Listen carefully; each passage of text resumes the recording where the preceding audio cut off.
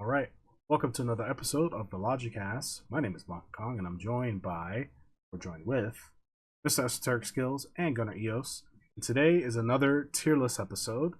And today we're going to be ranking all of the Armor Core 6 bosses from, we'll do from the first boss all the way to the final bosses. And we're going to do it from best to worst or worst to best, wherever they kind of land. So that's today's topic. How do you guys feel about it? Woohoo! Let's go. Let's do this. Yeah, pretty Woohoo! hot. There's some pretty memorable and pretty. I don't think there's any out and out bad bosses in Armor Core. I'm sure you guys have your opinions, but I don't know. I was never outright disappointed with the boss like other games I played. Okay.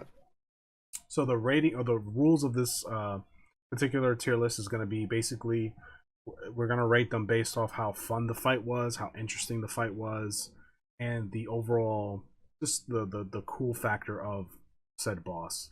If we thought they were cool looking, or the design was cool, or their fight style was cool. Excuse me. As well as the dynamic of the fight. So, with that being said, we're going to start with the journalist filter, which is the AC helicopter, the first boss of the game.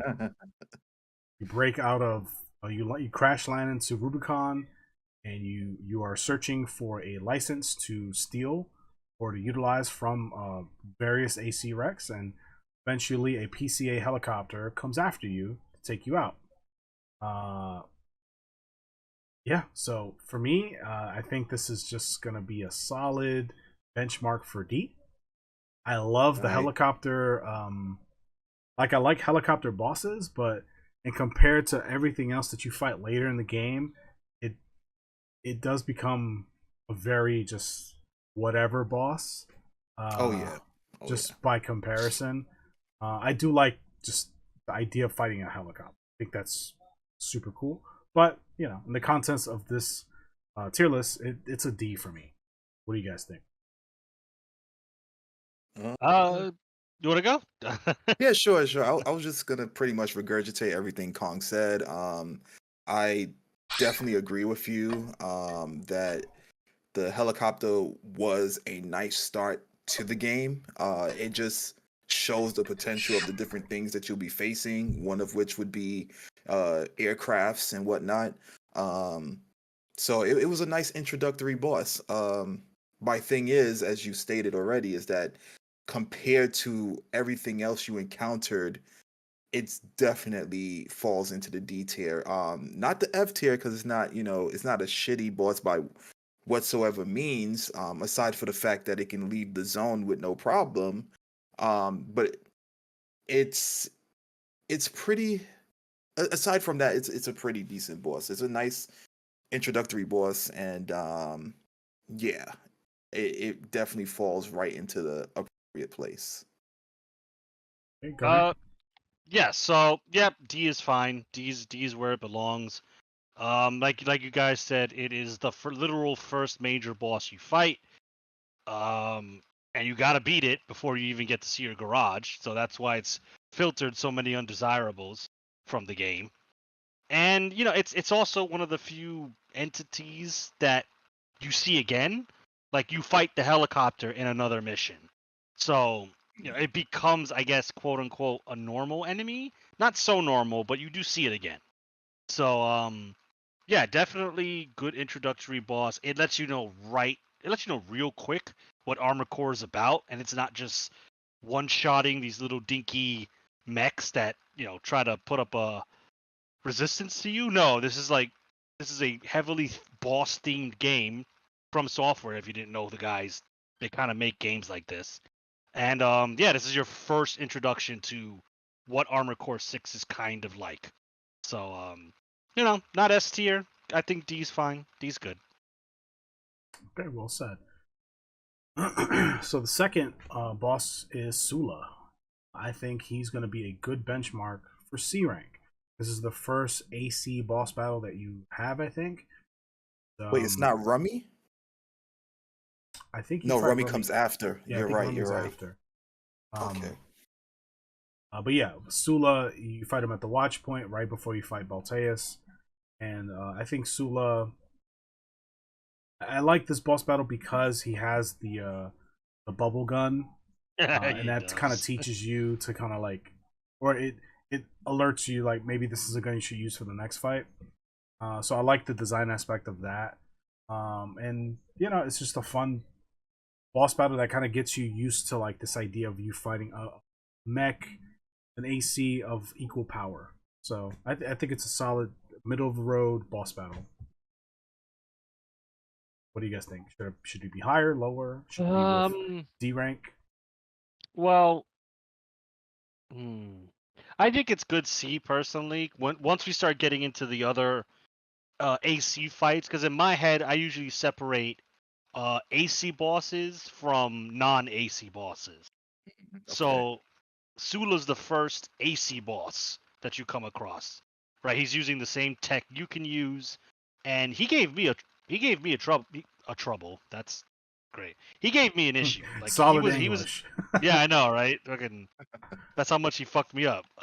No, but he gave me personally an issue, and he was kind of like him and the big boy of this particular level that he comes in kind of made me it kind of introduced me into being forced to change my or look at other options, because when I started playing Armor Core I was very stubborn.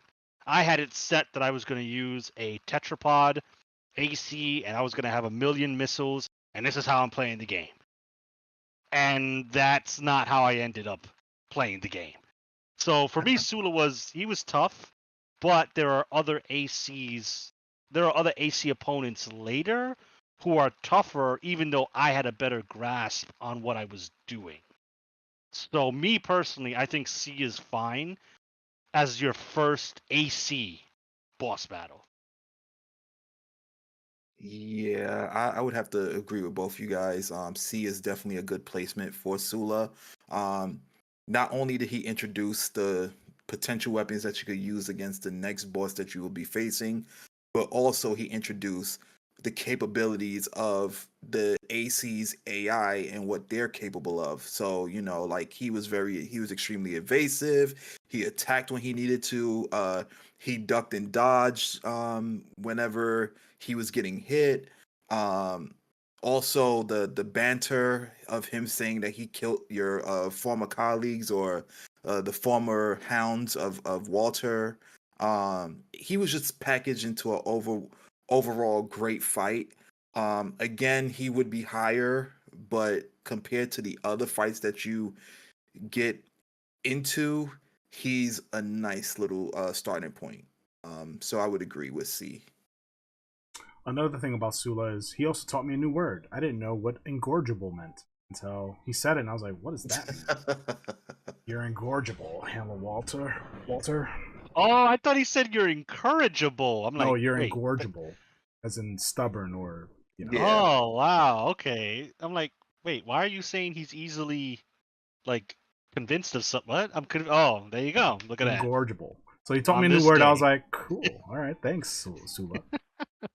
All right, so next up would be Big Boy Balteus, and I think Balteus Oh. is A rank.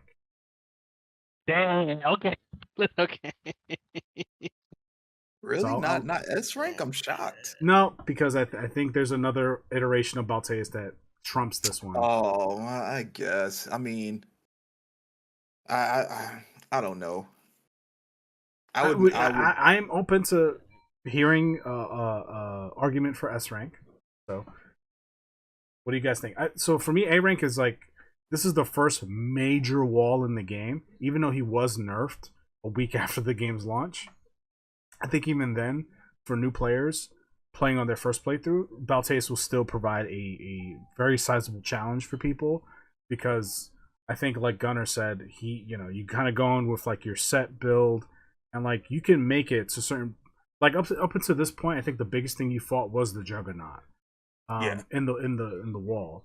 So and you could Juggernaut's pretty easy once you know like because his weak points like really obvious or whatever, and you also have help in the form of Rusty. Right. You could get up to 50 pretty easy with Rusty's help. Yeah, so like I think this is like the first real like no, you're gonna fight this guy from 0 to 100 the whole fight, No gimmicks, no fucking help, no nothing. It's gonna be you. You're gonna do it. And I think even with the nerfs, Baltaeus still presents that challenge, especially to new players. I mean, now that we've beaten the game like 3 times each, Yeah, and we have access to all the weapons, and we've like played, like I've played at least 50, 60 hours of this game. Like Baltaeus is a joke. But, you know, on that first week, the first, second day that I was playing this game, this guy was giving me problems. And he was the first boss that really made me go like, okay, gotta go back to the garage. Let me try something else. Same. He was that boss. So for me, I could see S rank, but there are other bosses that made me do that as well. And I think there are better iterations of Baltaeus and bosses that are just stronger or just cooler than Baltaeus that I would put an S rank above him. That's my reasoning. So my thing is, all the reasons that you mentioned would be the reason why I put him in S rank, and I know who you're referring to in terms of like which is a better version. But the reason why I would put Baltaeus S rank is because of those things. He forced people to rethink their builds. He also was the very first wall for almost every player that played Armored Core. He was also forced to be nerfed because a lot of people complain about him. By the time I got to the upgraded version, I beat him on the first try. It was smooth sailing, and that boss didn't have no nerfs. He actually was supposed to be a buff to Baltaeus, and I was already competent enough to beat him on the first try. So I feel like Baltaeus would get S simply for those reasons. Like for a development, for a game company to be like, okay, this enemy is too hard, to kind of like break the fourth wall and say this enemy is too hard for a lot of players, and nerf him physically to make people be able to beat him. I feel like that's S tier. It's like you got to hold back his power because a lot of people can't handle him. And then I think the timing of, well, let me kind of go back a little bit, because based upon the choices you make determines when you fight the upgraded version. Because I believe if you don't side with Carla, that's when you fight his upgraded version, right? Yeah, it's the other Baltaeus fight is linked to a certain decision made in the game. Try not to spoil anything in case anybody listens to this is on their first playthrough. But like, yeah, you do have to beat the game 3 times in order to get access to all the missions, as well as access to like all boss battles and endings. So, yeah. Baltaeus version 2 is linked to a certain route in the game. Gotcha. So yeah, okay. So I really can't say what I was intending to say because it's all dependent upon the choices you make. It wasn't tied to the last playthrough, which you'd have to go through the game 3 times, and by that time you're pretty much excelled enough to be able to run through bosses no problem. But yeah, aside from that point, I would still give him S because they had to physically go into the code and nerf him just so he can be manageable. So that's my reasoning for giving him S. Aesthetically, the other one is better. In terms of like the capabilities, the other one is better. But in terms of like sheer gameplay, I put the original over the second version. Okay. What do you think? Okay. So my only reason for putting him on S is the drama that he caused. I loved going on the internet and reading posts of like, this boss is bullshit. I hate that this game sucks. I went to game. I returned this game to GameStop. I refunded this shit on Steam. Fucked it. Like, he was like the real reason. So I can imagine those players when they fought Sula, they're like, oh man, that was tough, but I got him. It took me 1,200 tries, but I got him. I'm good at this game. And then they meet Baltaeus and they just can't. They can't deal with it. They can't handle it. I know controllers were thrown because of this guy, and games were refunded because of him. So that's realistically, I mean, all your points, Kong, were very thought out, and that is solid grounds to leave him at A. But his story his outer game His story lore. outside of the Yes. game. For me personally, that makes him an S now in the context of the tier list. I don't know if that's fair because, that's a We- Balteus exclusive We thing. we can attribute that to cool factor, I guess. I don't know. I mean, okay. Well, if we're gonna count that, then I think that alone, kind of pushes Balteus towards the S rank. Even though there are bosses who are visually and technically superior to him. Oh yeah, absolutely, Okay, absolutely. so I'm good with that. Balteus can be low to mid S in my opinion. Yeah, I think he'll Okay. never leave low S. Like hovering up slightly above the A, just barely made it to S because of Okay. the baby mama drama with him. Gotcha. All right. Here's an easy one. Defang or Defong, student pilot. This is actually before Balteus. The order's kind of Oh, like shit. wonky on Yeah. this. This guy was like an easy way to make money. So I'm just going to kind of put him behind Oh, the yeah. helicopter. Honestly, I don't even remember him. So. Yeah, that okay. That Sulu is not your first AC battle. He is Technically, your it's the student pilot. This is the Is guy that where the one? you beat him Oh. and he's just like, I just wanted a call sign of my own. Oh, that's right. That's Yeah, right. that guy. That's right. Okay. I So- didn't count him as a boss. So. I mean, yeah, I don't. Helicopter was a bit, there was more stakes there. Yeah. And the helicopter would be a bitch and hide behind the fucking out of bounds section, which made him Yeah. harder technically. So, he's kind of D tier. I He's forgot kinda about this guy. Yeah, I think D's appropriate. D's appropriate. Just wanted to call sign on my own. Shh. Anyway, moving on. Invincible Rummy. I think this guy is just a weaker Sula. I'm going to put him right behind Sula and C. This guy, you fight him in that first Carla mission on the grid. And he's Yeah. like the first mini boss. I mean, for new players, like with like lower gear, he could be a problem, right? Because he had like that chainsaw. He had like those missiles. Yeah. So like he could be a problem for sure. But it's hard for me to put myself in that mental space because I beat the fuck out of him in like 2 seconds now. Like, Same. you know what I mean? So it's like, but I remember encountering him for the first time, and this mission, the grid, was actually the mission that they had demoed at an expo that I was at. So I fought him a ton, and I remember him giving me troubles when with these like preset loadouts that they gave you. So I'd put him behind Sula, but in C. I don't think he goes above C. What do you guys think? I don't think so. I honestly, I didn't forget about him, but Yeah. I like He's forgettable though. he's a footnote in that mission. Yeah. The only cool thing is the chainsaw, which I didn't even know he had until I think I was just putzing around one time and I just didn't dodge him right and he caught me in it. I was like, oh shit, he's got a chainsaw, and then I double Zimmerman him in the face. I was like, that's cute.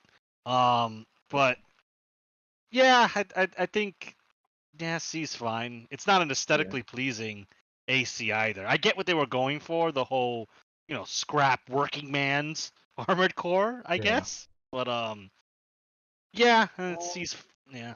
I mean, honestly, I put him right before the HC helicopter. Honestly, Ooh, Put him in D. yeah, I put him at high D simply because you fight him right after you done accomplish beating Balteus. Like after that moment, you're already on 10. You're in your heightened capabilities.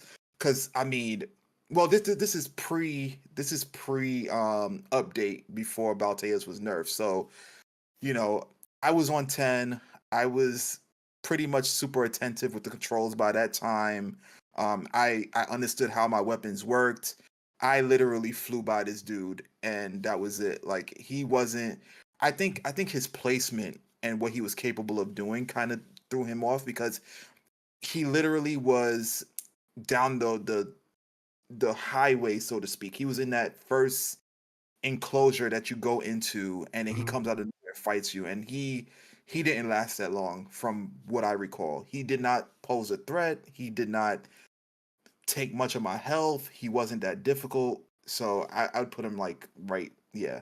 Sula was more of a challenge in my opinion than I he agree. was. Yeah, I don't disagree with that. Alrighty, so yeah, he's in D tier. Sorry, Rummy. Next up is Juggernaut. This is the Wall Climber mission, and I think Juggernaut deserves to be right next to Sula. Because to me, he's like the big giant mech default. Like this is like this is the training wheels giant boss battle. Yeah, yeah. Not much else to say, right? No, Juggernaut's pretty I mean, straightforward.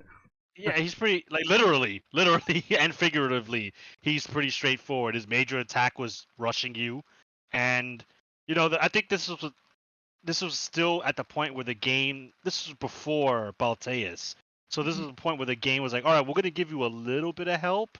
That's when they introduce you to Rusty, and he sticks with you to around 50% of the boss's HP. And by then, by 50% of his HP, you should pretty much be able to grasp the boss's patterns.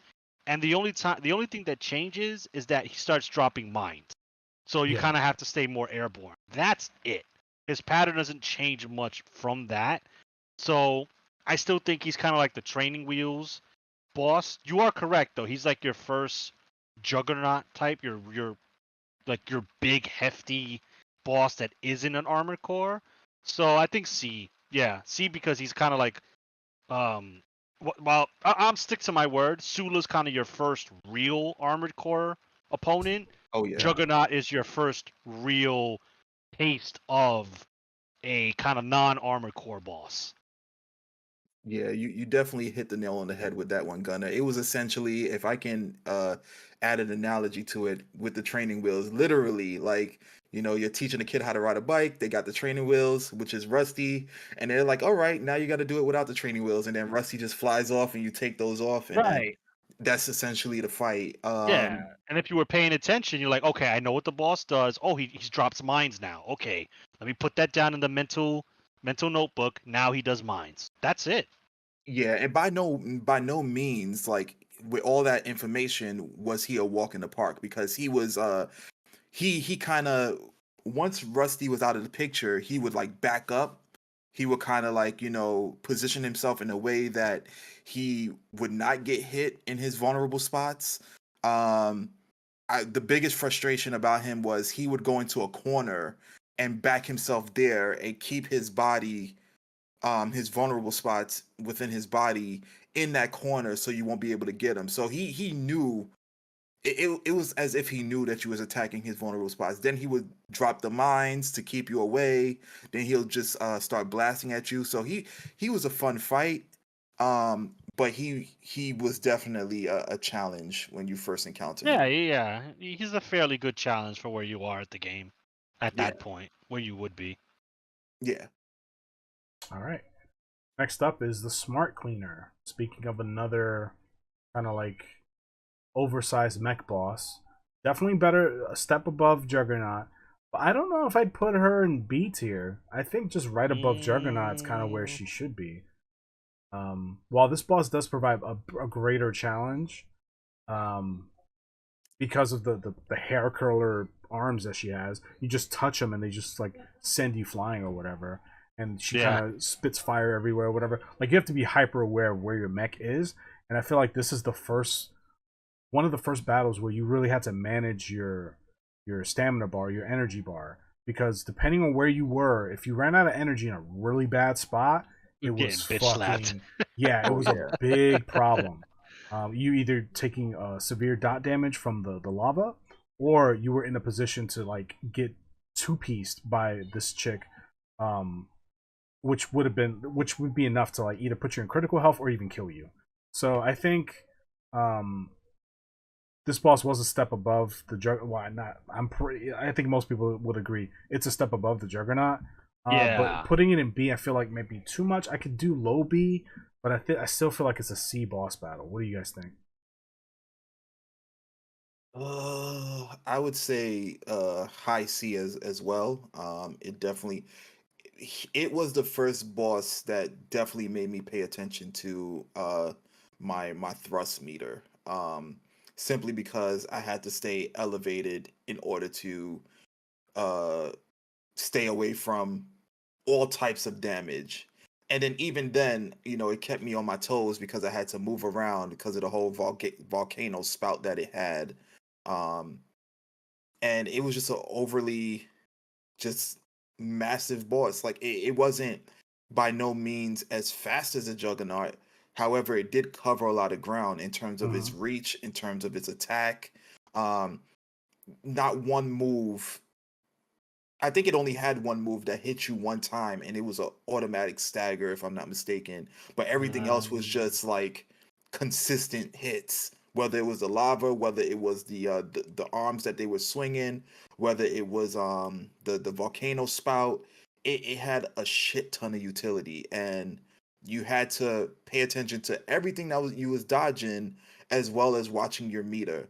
Um, there might have been for some a potential change in your AC parts because you needed to remain elevated for a certain amount of time in order to avoid everything that was coming at you. So yeah, I would keep it as high C.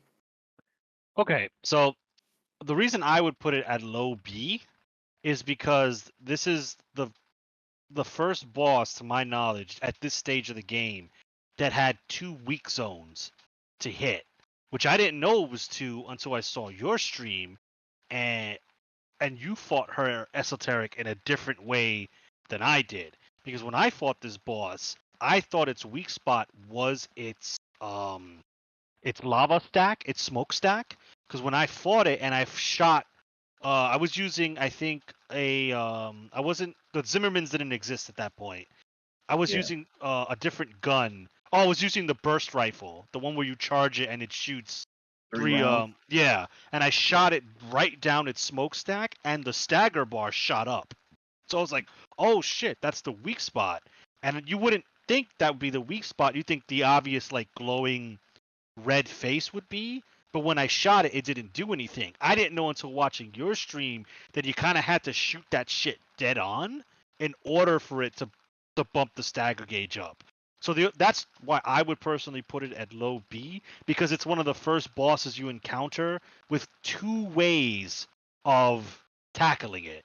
You could tackle it from point blank in its face, which is dangerous, or you could do what I did and build a tetrapod AC and have it hover over the boss while I shot down its smokestack. So I think that's pretty cool from kind of like choose how you tackle the boss type strategy. Whereas, the Juggernaut is pretty much point blank, shoot it in the back. That's how you win it. And the AC battles are just, just like when you get shot enough and die, they get shot enough and die. And the helicopter, which was also pretty point blank. This one Yeah. had a different way. Like, it had two different weak zones that you could tackle that changed how you approach the boss. At least to me.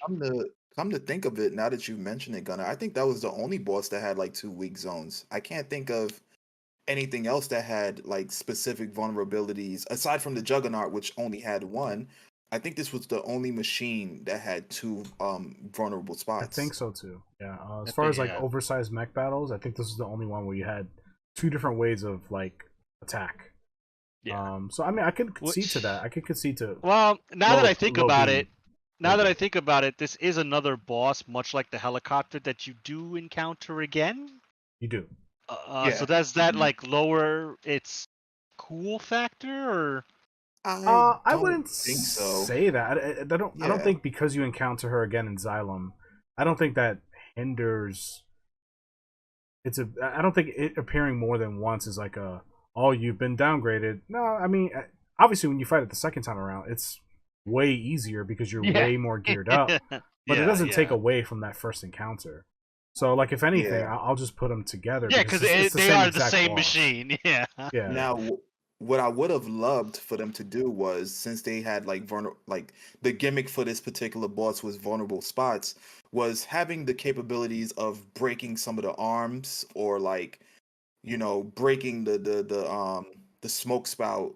That's what I thought It's- they were going with. I thought if you shot it enough and you staggered it, it would like fracture the smokestack. I believe it does. So if you, because that's how I fight it. I don't really fight. I don't shoot its midsection. I hover all over it and I shoot down the smokestack or the chimney. yeah. And after a certain amount of damage, I think it's kind of hard to notice with all the things that are going on, but like I think it does fracture the machine a little bit once you get her down like 30% health. Like the smokestack kind of bursts a little bit and it breaks down. Oh, okay. So I need to- I haven't noticed. I couldn't yeah, notice.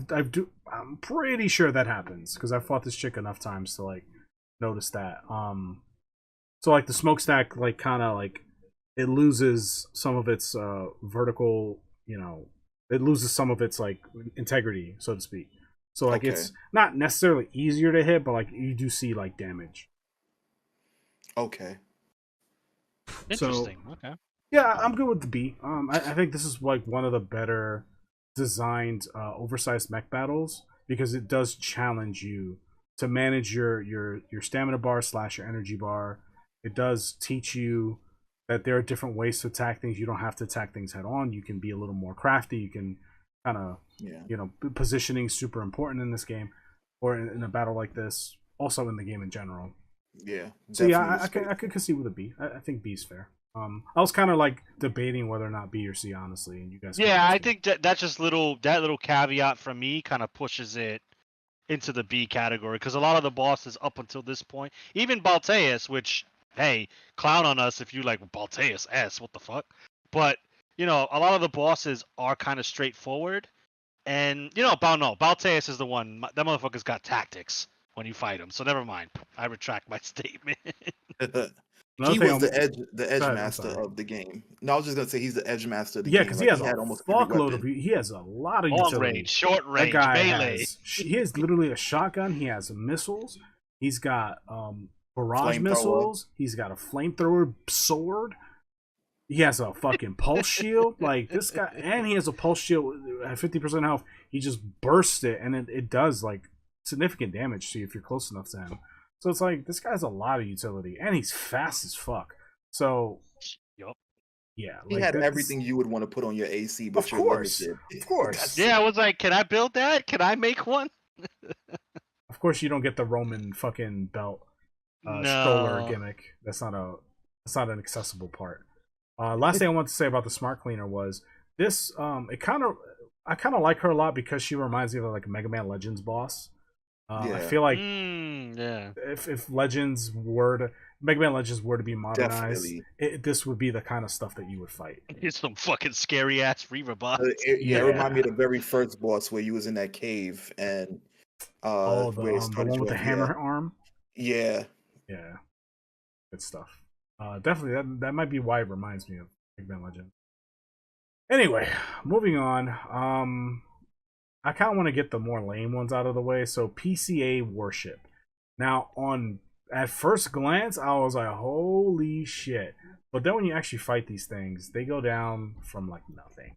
Bro, this is even weaker than the helicopter, in my opinion. Yeah. Yep. You ain't gonna get much pushback from me on this one. Yeah, like it was cool. It reminded me of Gundam. It was like, oh shit, I'm gonna be Char. I'm just gonna fucking take down some Federation battleships. But when I shot the cockpit, it was like, good job, Raven. I'm like, oh.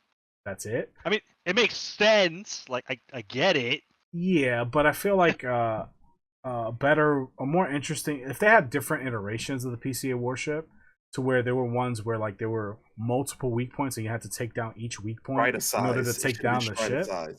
Something like that, to where... like a Strider-sized one. Or, I mean, it could have just been like a different color. Maybe ones with like pulse shields and maybe ones like fighter aircraft kind of protecting the ship, because all it had was literally it was a fleet of PCA warships that just rolled together, and they just did the one fucking laser thing where they would just shoot the lasers, like 5 or 6 lasers down upward, and you would just dodge that, and then they would have like the little turrets on the top, and that was literally it. Which I don't understand, because when you first get introduced by the warship, they had little like turrets that floated around. Yeah, it summoned fucking turrets, and they never did it again after that first encounter, which is like. And then it just became like a kind of recurring enemy, which one of your favorite missions, Esoteric. It's just like, oh, go do some things, go take out these PCA battleships. Like they weren't even remotely a threat. Yeah, they were so easy that the dialogue between me and another character in the game was like, let's see how many we can take down. Yeah. Carla was like counting them with you, like, all right, I got 5, you got 4. Oh, let's see who wins. It's like, wow, talk about trivializing a fucking Yeah. like. And if you look at the cutscene when you first encounter it, it's such a good shot of you looking up at it and it coming into the shot like. It's like, Yeah, like you're not fuck? expecting it because you're fighting those You're fighting like you're the fighting MTs or whatever. yeah, And and then you just see I mean, for me, my perspective was just a blue laser beam sweeping the field, and I'm screaming, the enemies are screaming, we're all screaming, and yeah, it's like, what the fuck was that? And but then I think 621 was probably thinking like, I could take this. You're telling me to back off, but I could definitely take this. This is easy. Yeah, and then I beat it. I was like, oh, it'll okay, get better, but it didn't never did. It never really. did. I feel like this is like trailing off. I'm sorry, but like the PC, I feel like was a really the concept of the PC was a really dropped concept in the overall story of I think Armored they Core. could have done better with it. It was just like it felt like they needed a reason for the The corpos to come corporations to come together. together. Yeah. Yeah. Yeah, and then they dropped it, and then it's just like you should have never like. It felt like a story arc that went nowhere. Really? Yeah, because there was no like figurehead of the PCA. Yeah, Like, there was no like, oh, this is the ace pilot for the no, there was like PCA. no overall commander for the Yeah. PCA or representative for the PCA. So it was just like, so the PCA is just a bunch of jerks in these like fucking ACs with the blue fucking boosters and the cool weapons. Okay, cool. And then there's the warships, and that's it. It's like it left a lot to be desired, which is unfortunate. Because I Yeah, like their I could agree introduction. with that. Yeah, I was But like, oh shit, the feds are here. Okay, okay. yeah, it's like fucking U.S. government just rolled in. Yeah, at least Uh, we should have had missions where we broke some of our pilots out or something. Like, I oh, yeah, I just wish like the PCA had some like brawlic ACs that you fought and memorable pilots. Never yeah, happened. yeah, not. They had some cool like we have some here, but like they all feel kind of samey. yeah, they were generic, absolutely generic. So we'll get to those guys soon enough. But let's talk Strider. I think Strider, while very easy once you knew what to do with him, I think posed really interesting design concepts. I would hmm put it right here next to the Smart Queen B. Yeah, I could agree with that. Yeah, it was one of my most enjoyable missions because, it's a mech game, so usually what that entails is massive machine battles, and this was the introduction to one of them. Um, it was a fun fight, like you said, although easy, but I did enjoy the magnitude of the mission, and I did enjoy like just the overall premise. Approaching the Strider, having the laser beam almost hit you, and you have to like dodge it. And then as you get closer to the Strider, you see the big ass print that was on the floor of the Strider, just to further signify how massive this machine is. At first, I didn't even think about it because I was so busy still learning the mechanics and whatnot. It's a pretty early mission. I thought it was just a trench where some of the ACs would hide and kind of like try to pick you off or whatnot, and not realizing that it was the actual foot of the Strider. So that made me even more excited. Um, it was just a little disappointing that it didn't have more components to interact with or take down, like maybe going inside of the Strider to subdue some enemy mechs that was probably controlling it or protecting the core. Um, or like taking more parts down. Like, in order for you to get on the Strider, you had to take down the leg. So I wish that they had more components like that where you can take down another leg to get to another portion of it, or like knock down this tower to break another portion of it in order to like progress further. They could have did so much with the Strider, but it was still a great mission, but I wish they did more. Yeah, pretty much. I mean, I kind of wish they had more giant, like super mecha bosses in general. I guess like everything you said, Esoteric, you kind of get that when you're in the Xylem, whether you're That's true. friends with Mhm. the people in Xylem or you're not friends with them anymore. You kind of get what you were talking about. Like That's true. you fight mobile suits in there. You destroy like engine bits and whatnot. So you kind of do get that, but I just kind of wish Xylem and um the Strider weren't the only super mega mech bosses in the game. I kind of wish they had like maybe one or two more. They should have definitely had a lot more. And the thing is, between the Xylem and the Strider, is that the premise was a bit different. Like with the Xylem, it was like a city stage in itself, where you was just Yeah, navigating. But with with the Strider, it was already mobile, so you had to like literally find a way to on like board it, which I loved so much about it, because like just seeing the scaling, the way they started you from in the beginning of the stage, you just see the scale comparison between you and the Strider, and it's like, holy shit, how am I supposed to board this thing, and what kind of contention am I gonna get along the way? It was just a nice, well presented stage overall.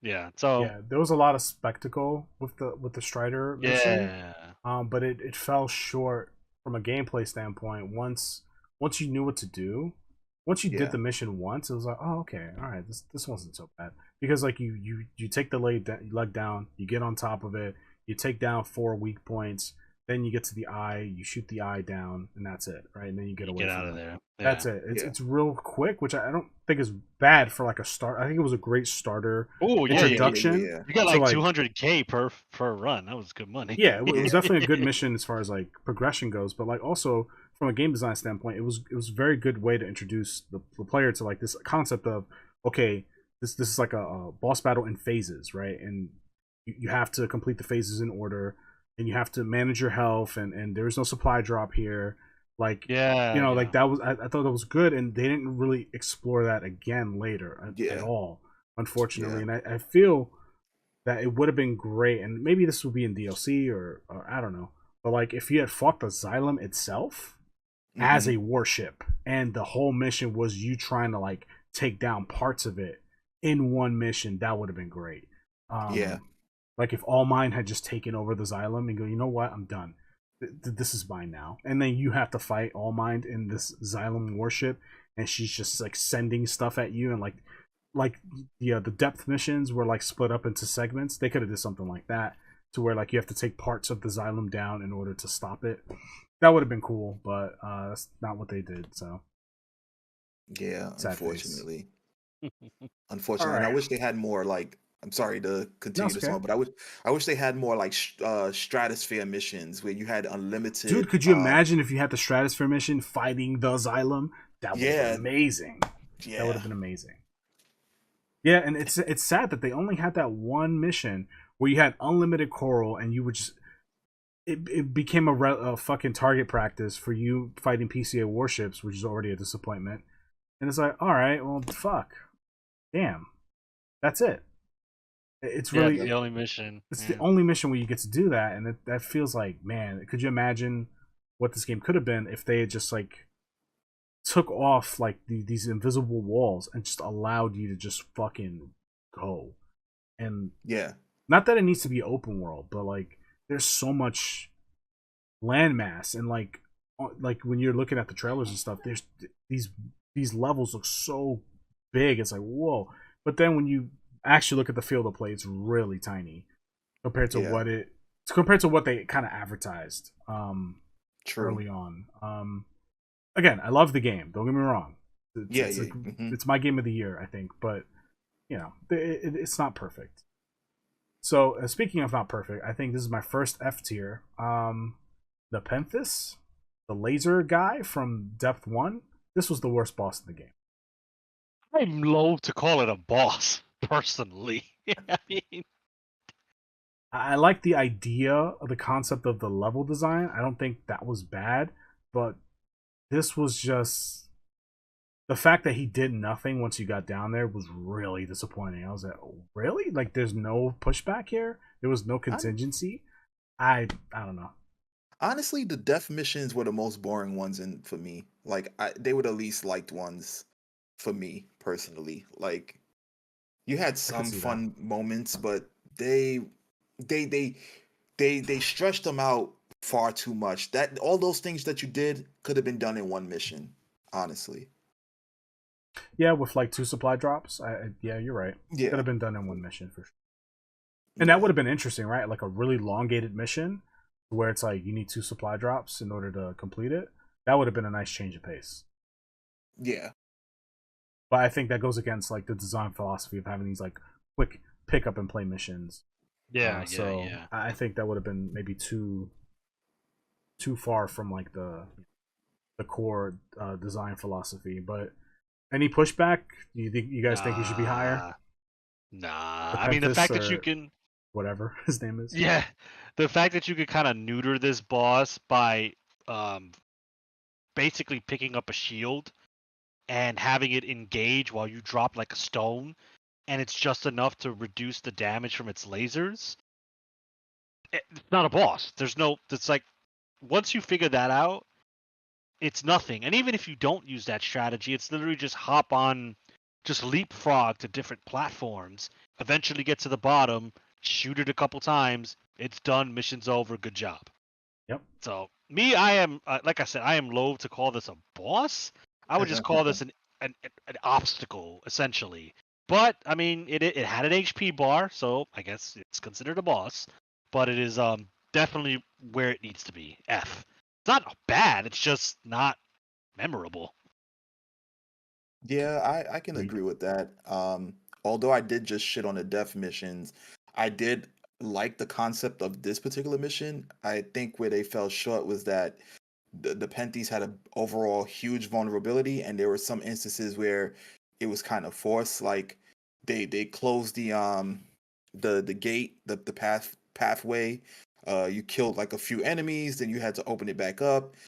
And my biggest issue was that you had to stay there until it was fully opened in order to descend further. And it's like, logically speaking, I'm trying to avoid this shit. I wanna get through there as fast as possible, but no, they had me wait till the entire thing was open, which annoyed me. Then they had like a bunch of gimmick mechs that was like pretty much sniping you from a distance and whatnot to kind of make Nepenthes relevant. So overall, yeah, I could see it being F. All right, let's not waste any more time on this guy. So let's move on. I don't remember this guy too well. Index Durham.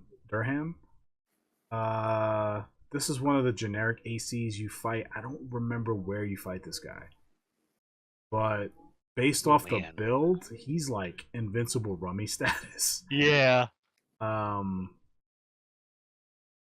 I think I remember him from the simulations. I remember him definitely from the arena. For the arena for sure, but like in the actual game, and like I did all the missions. Like I'm running through doing S rank missions now, so like I did all the missions. I have Stargazer, the achievement. So like I fought him wherever he was, but it was pretty inconsequential because I don't remember.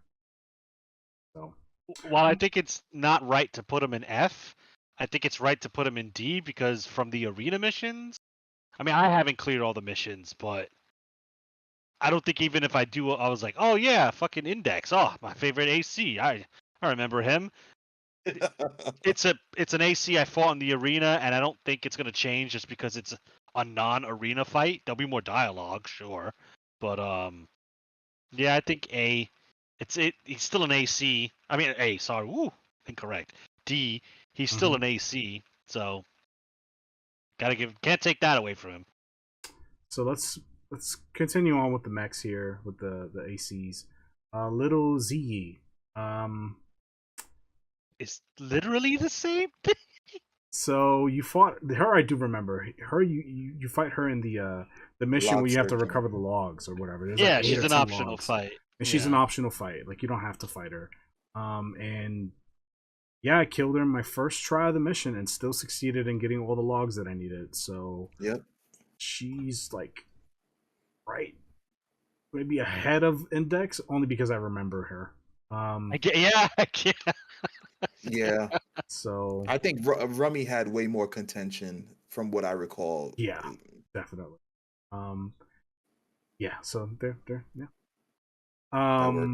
So the first, I think this is the first encounter of the PCA officers.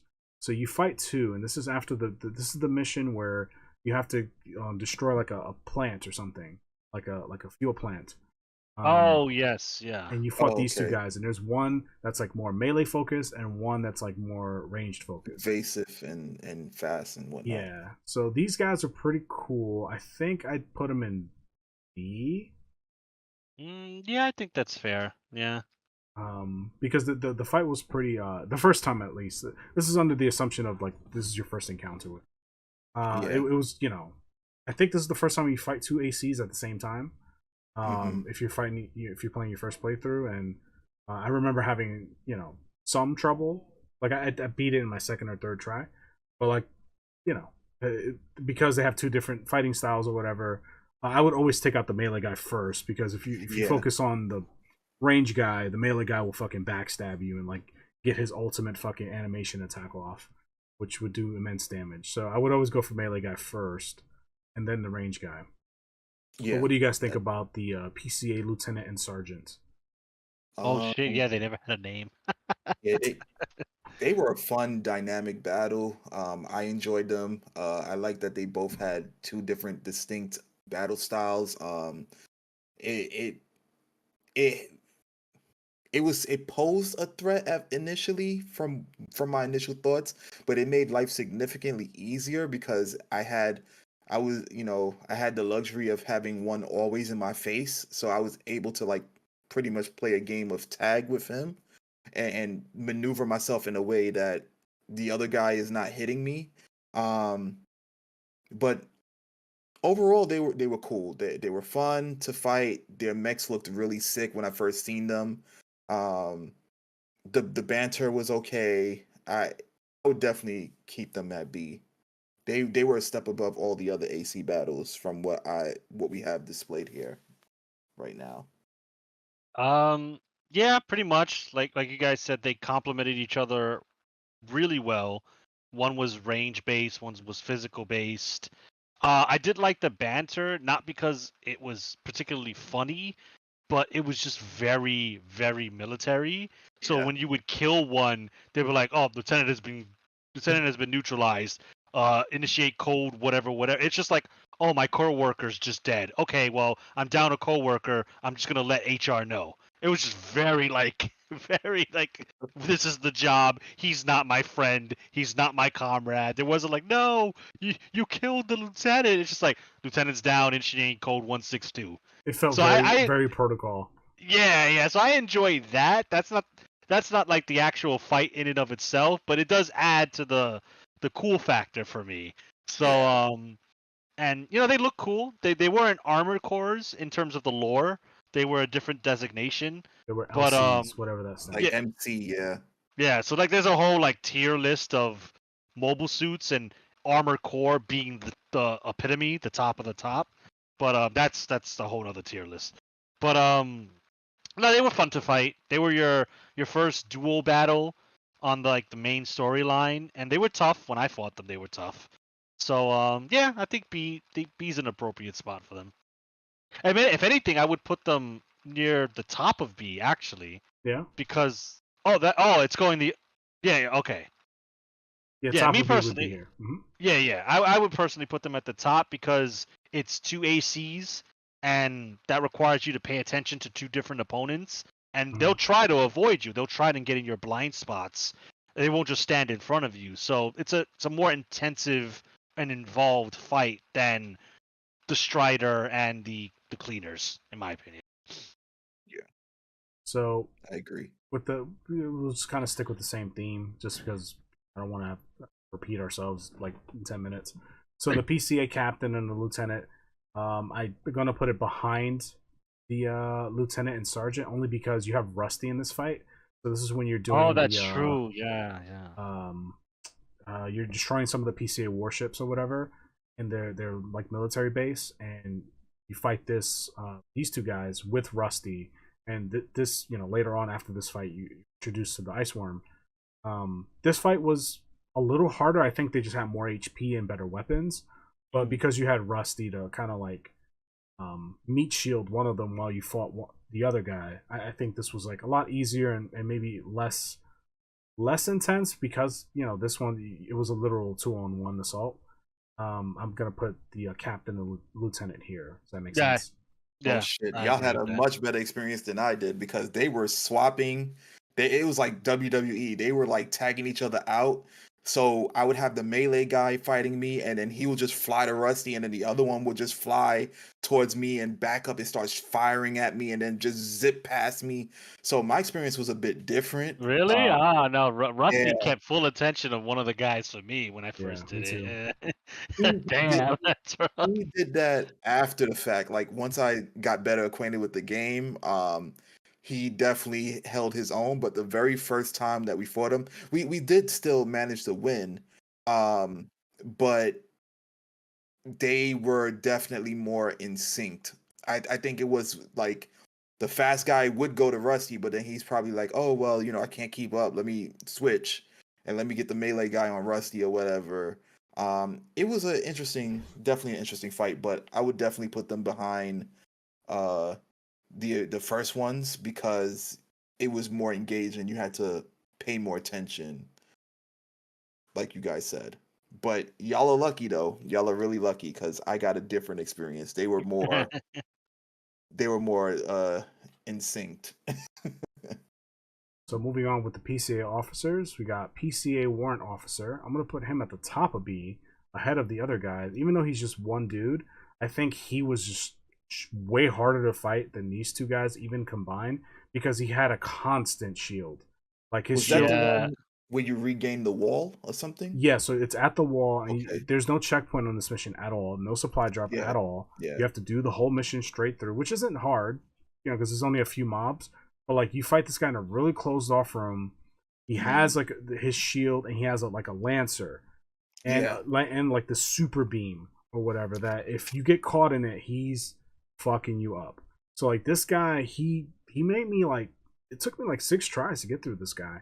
And this is the first boss battle that I started messing with the baton, the stun baton, because he's like he feels so safe behind his shield. He would just sit there and eat the stun hits. So that's how I beat him the first time. But this guy was definitely he gave me a hard time the first time playing because there was no checkpoint or whatever. This mission was like more of like a traditional Armor Core mission in the sense that there was no checkpoint, no supply drop. Nope, beat the whole mission, do it. Yeah. So to me, I think that deserves a nod and also top of B tier, currently at least. Any pushback there? Differing opinions? Not really. I think my opinion was super skewed because by then I was using the I want to win guns. So when he would just put up a shield, I'm like, "All right, bro, your stun's gonna break faster than me." So I would just stun lock him. But I think I did lose to him twice. So yeah, he did take some. I did get some game overs because of him, even with the Zimmermans, because I didn't know about the Songbirds at the time. So I only had one piece to the To metagame the meta puzzle. puzzle. Yeah. But no, he was a tough one, and I like this dialogue because he was like, "You break the law, you go to jail," or something along those lines. So I like his lines. He was very like fucking RoboCop. No, RoboCop. Yeah, this guy's 100%. giving you a speeding ticket if you go like 3 miles above the speed limit. Yeah, He is ticketing 100%. you.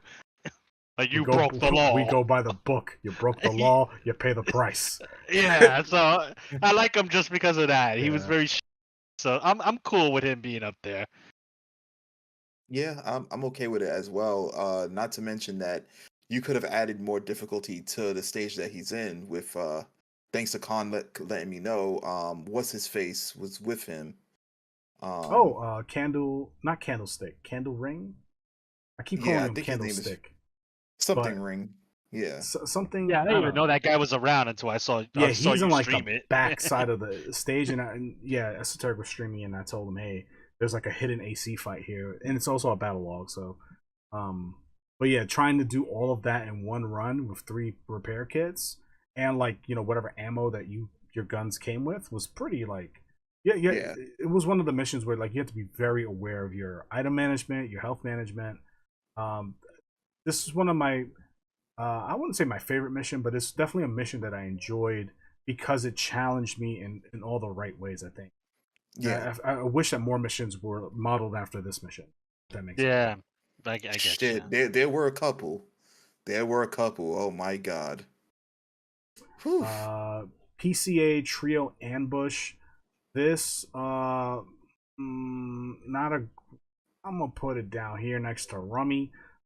This one was when the PCS first introduced, I believe, and you have to like collect like not logs, but like you have to like collect 3 objectives or whatever, like data objective points. Oh, when they came with the ship? They came with the ship and like they just kind Oh, of yeah. ran in there and it was just like sure.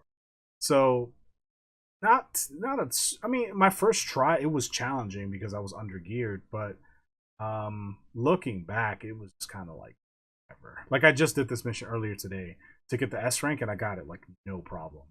Yeah, they became regular enemies afterwards, so it was like, yeah. So this is gonna be below even Sula. I'd say very yeah. whatever. Okay, moving on. Let's talk Sea Spider. So Sea Spider, I'd put it Not right A? next to Cleaner. You think A? I think A. It was one of the bigger bosses that was like super aggressive. You know, it had different tiers to it. It went down faster than Balteus, that was true, but it also received a nerf as well. True. So I guess a lot of people within the next wave couldn't take on the Sea Spider. And I think it was just an overall fun fight. It forced you to remain on the ground in order to get like, you know, solid damage. Then the next phase it took to the sky, to the air, and then you had to kind of manage your thruster. It would sporadically throw in some melee attacks on you that would instantly stagger you. It had a lot of utility. The overall premise of the stage was awesome because I liked dodging all the lasers and stuff like that. Mhm. I think I would give it A. I think it was an overall fun fight. What do you think, I don't know. Trying to think back to when I fought him. He was tough, but then like at that point my build was kind of all wonky. It was all over the place. I think once I switched to a more once I switched back to the laser sword, I was able to take him down. I mean, you can't. Yeah, like Esoteric said, you can't deny the fact that he was one of the bosses that was, He was quote definitely a unquote, wall. adjusted. Yeah. So, and I'd be lying if I said I beat him on the first try. I definitely didn't. It did take me a couple tries to beat him. So as far as aesthetics goes, I think he looked cool. He was like one of those like really that this is gonna sound counterintuitive, but he was like a really machine-looking machine. Like he was very He was very mechanical. robot. Yeah, there you Yeah, go. That's a he was better very way of mechanical. saying it. He was very mechanical. It was literally like if kind of the robots we're fucking with today in our times. If you gave that shit a laser sword and told it to just start attacking people, he kind of reminded You me know of what he that. reminds me of? If you ever seen like the first 3 Matrix movies, the machines going through like the tunnels or whatever in the real world. Oh, those Oh weird That's what like this yeah. guy snake reminds me of. things. Yeah. Yeah. Yeah, very like, there's no aesthetic flair to it. It's just like it is machine, it has machine weapons, it will machine kill you. Straight up, like yeah. So I mean, Yeah. I could live with an A, because I think it is definitely a wall. I did enjoy the fight. I do like the way it looks, and I like the way it fights, and it does have a second Yeah. phase when you get it to It 50% does have it. health. Yeah. Yeah. So I think that deserves a mention, as well as the stage you fight him on. I think a lot of people had problems with the stage because it was the ocean crossing stage where you had those like satellite lasers coming down on you. So retaining your health while managing your energy while platforming and stuff while fighting like small mobs might have been a lot to ask from people to then fight this guy, right? With his fucking spinny laser attacks and all this other shit.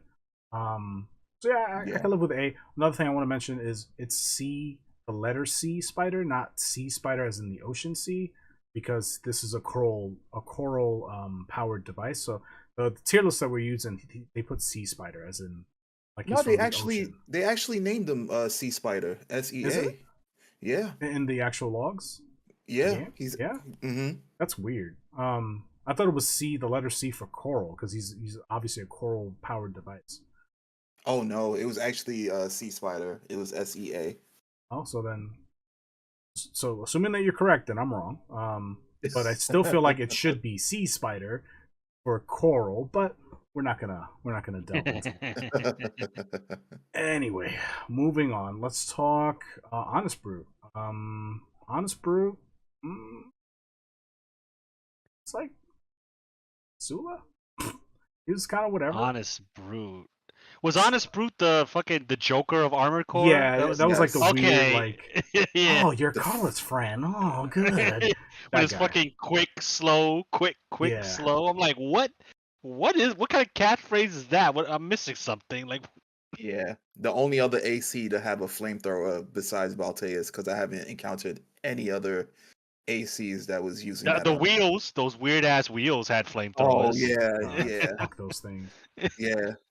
I mean, they tried to do Armored Core Joker. I think there are other games that are more successful at that. So he's definitely whatever to me. The flamethrower was cool because it was one of those weapons that didn't like directly knock you around, but if you weren't paying attention to it, you're like, where'd my HP go? Yeah, why it am I definitely dead? sapped your HP, 100%. And I think it stopped you from like utilizing your missiles and whatnot when you got the status effect. I know it would. That I don't know because I never like stood around in it too long to get afflicted by it. So I'll take your word for it on that one. Yeah, I could be wrong, but the correlation was every time I was like in the flamethrower and whatnot, like I could not activate my missiles for whatever reason. Viewers, correct me if I'm wrong in the comic section, but I could have sworn that was the case. Another thing with the electric status ailment too. I think that only did chip damage. I don't know what else it did, but I'm pretty sure they had some hidden attributes associated with them. Probably. I don't know. I beat this guy my first try. I think if you're not careful, he can definitely catch you with the flamethrower, and I think he also had a chainsaw too. I think so. I only remember the flamethrower. Me too. I could be wrong. I could be mixing them up with Rummy over here because they're almost like there's a lot of similarities there.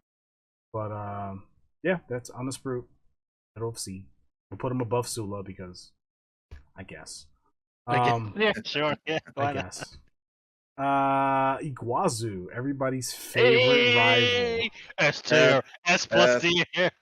Now this guy's loaded because minor spoiler, there's a lot of him. Like so we'll just because you fight default Iguazu a few times. Right. Yeah. What I will say, he's not A tier for sure. I was trying to figure out like if I'm being honest here, I think I'd put him probably right behind the PCA captains. Maybe I don't know. It's middle. Really it's hard to say. It's tough because he comes on several different occasions. Like if you're talking about the dam mission, then he's definitely like D. If you're talking about the mission where you have to stop the hackers, then he's like maybe a low C. But then when you fight him with Snail, he's probably like a B because he's like I can think about him objectively because although he's dickish and I don't like him, okay. He has his moments. Like he does have. I will say that he does have an A tier fight, but I don't know if the mechs that we are grading him off of. I mean, we could do all the Iguazu fights except for the last one. It's kind of together and kind of figure it out. So Gun 4 Volta and Iguazu, right? There's that fight you were just talking about. Then you fight him again with Snail. I don't know if that's up here. Yep, you fight him here with Snail. I feel like that's definitely the hardest iteration of him. Minus the final version, All Mind, which is more All Mind than it is him. But then again, you could argue it's more Iguazu than it is All Mind. But we won't get into that. And then Iguazu New Game Plus, which I think is that's the one where you fight. That's when you fight him. When you get ambushed by the invisible mechs, right, with the chain whips. That's where That's where you're hacking the not you hacking. You're stopping the dozers from hackers. Yeah, from hacking Carla's network. So okay. So we could agree that the Snail Iguazu fight was the hardest, right? And and the most enjoyable for me. Yeah, I could agree with that. The Gunvalta Iguazu fight was probably the easiest. Mm-hmm. I think this is the right order for Iguazu. Iguazu Snail, then the hacker Iguazu, then Iguazu by himself, which is when you fight him. When did you fight him by himself? The only time I remember fighting him by himself was when you was in that mission in one of the deaths where Well, he well, to be fair, that picture, I think that's his arena picture, right? Yeah, I think so. that looks like his damn picture. But it could be the dam, yeah. But So, this but you never fight him there. The only time you by ever fought him himself by at the dam, himself, no. The only time you the fight only him by time, yourself is correct. Esoteric is correct. At the yeah, hacker mission, as well as the mission in depth 2. yeah, In that like little ramped hallway or whatever. yeah. It's either Um that or he sends, I think, cold call to assassinate you. yeah, that's Like he's the other, like, if you go the separate def, path, the second path. yeah, Yeah, that's all the Iguazu fights. So I think, I mean, one could argue here because you're fighting two yeah, dudes. yeah. Because Volta was a problem for me. He was definitely a problem for me. Like Iguazu wasn't a challenge. It was Volta I'd that put was the giving me snail the fight problem. in A because this fight was pretty, Yeah, like, taking them both down was rough. and the Um, banter, and they were the fighting each banter was other too. great. I'd put him probably above the dual PCA captains, and then like regular old Iguazu he could behind Shredder or something. Him by himself, he's not that. He's like whatever. Um, Really, New Game Plus before the PCA captains? I don't know, because it was same old Iguazu. It just had the well, you had invisible. the invisible assholes there too, so like they. Okay, I'd rather deal with the fucking PCA shitheads versus invisible fucking electric whip guys, because those guys are, because you have to use a scanner, you have to find them, and like you fight. They always come in sets of three to four. So like yeah. I always get caught in like some bullshit fucking combo or whatever. Well, Um, that's true. The dynamic was interesting because you were fighting each other, and then they came, and then Iguazu was like, "Help, help! Let's work together and take them out." And then he's like, "Yeah, let's go back to fighting." So I guess, yeah, or if you yeah. kill him before fighting the invisible mechs, he calls you a piece of shit. Like he's like, you fucking asshole, which I love. But yeah, any pushback on like the Iguazu placements? Well, I personally didn't do the snail Iguazu fight, so I have no first hand opinions on it. But I have seen Esoteric do it, and Snail in his own right's he's tough.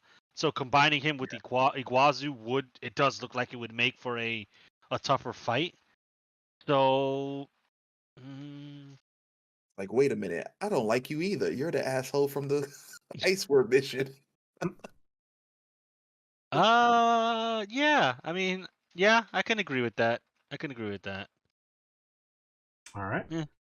So let's move on. Let's see. We're already talking about Snail. Let's talk Snail. I think fighting regular old Snail by himself puts some maybe top of B tier. I'd put him above the PCA warrant officer.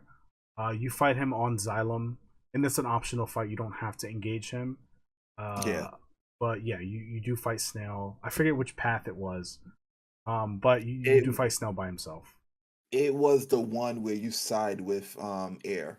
Okay, yeah, Yeah, it's the Liberator story path. yeah. So Hmm. yeah, you fight Snail there, and he's not like particularly hard by himself. Uh, but if you're not paying attention, he could fuck you up. So I put Snail up here, top of B tier.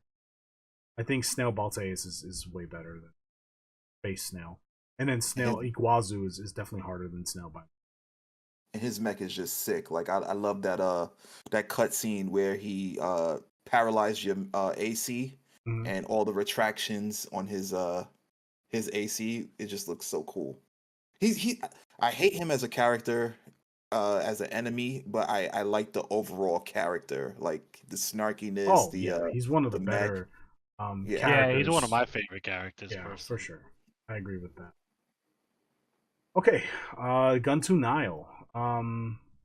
You fight him in the mission where you have to help the Liberation Front rescue some of their people via helicopter, and you have to kind of defend the Yes. helicopter. You Yes. fight him at the end. This was kind of like a whatever fight. He's kind of like here in C tier. Yeah, I would agree. He's not that memorable, honestly. I guess because of all the I guess because of the situation at hand where you have to hurry up and make sure that he doesn't destroy the ship. So you're in a rush to defeat him anyway. So I couldn't really like pay much attention to like the situation overall. I just was focused on the mission and finishing it. So yeah, I'd agree. I don't remember this one. Maybe you guys. Oh, actually, did you have a thought on that? I'm sorry. No. That was his mission. Was you had to rescue V and like Domayan. little Z, right? Okay, Yeah. yeah. Yeah. He didn't stand.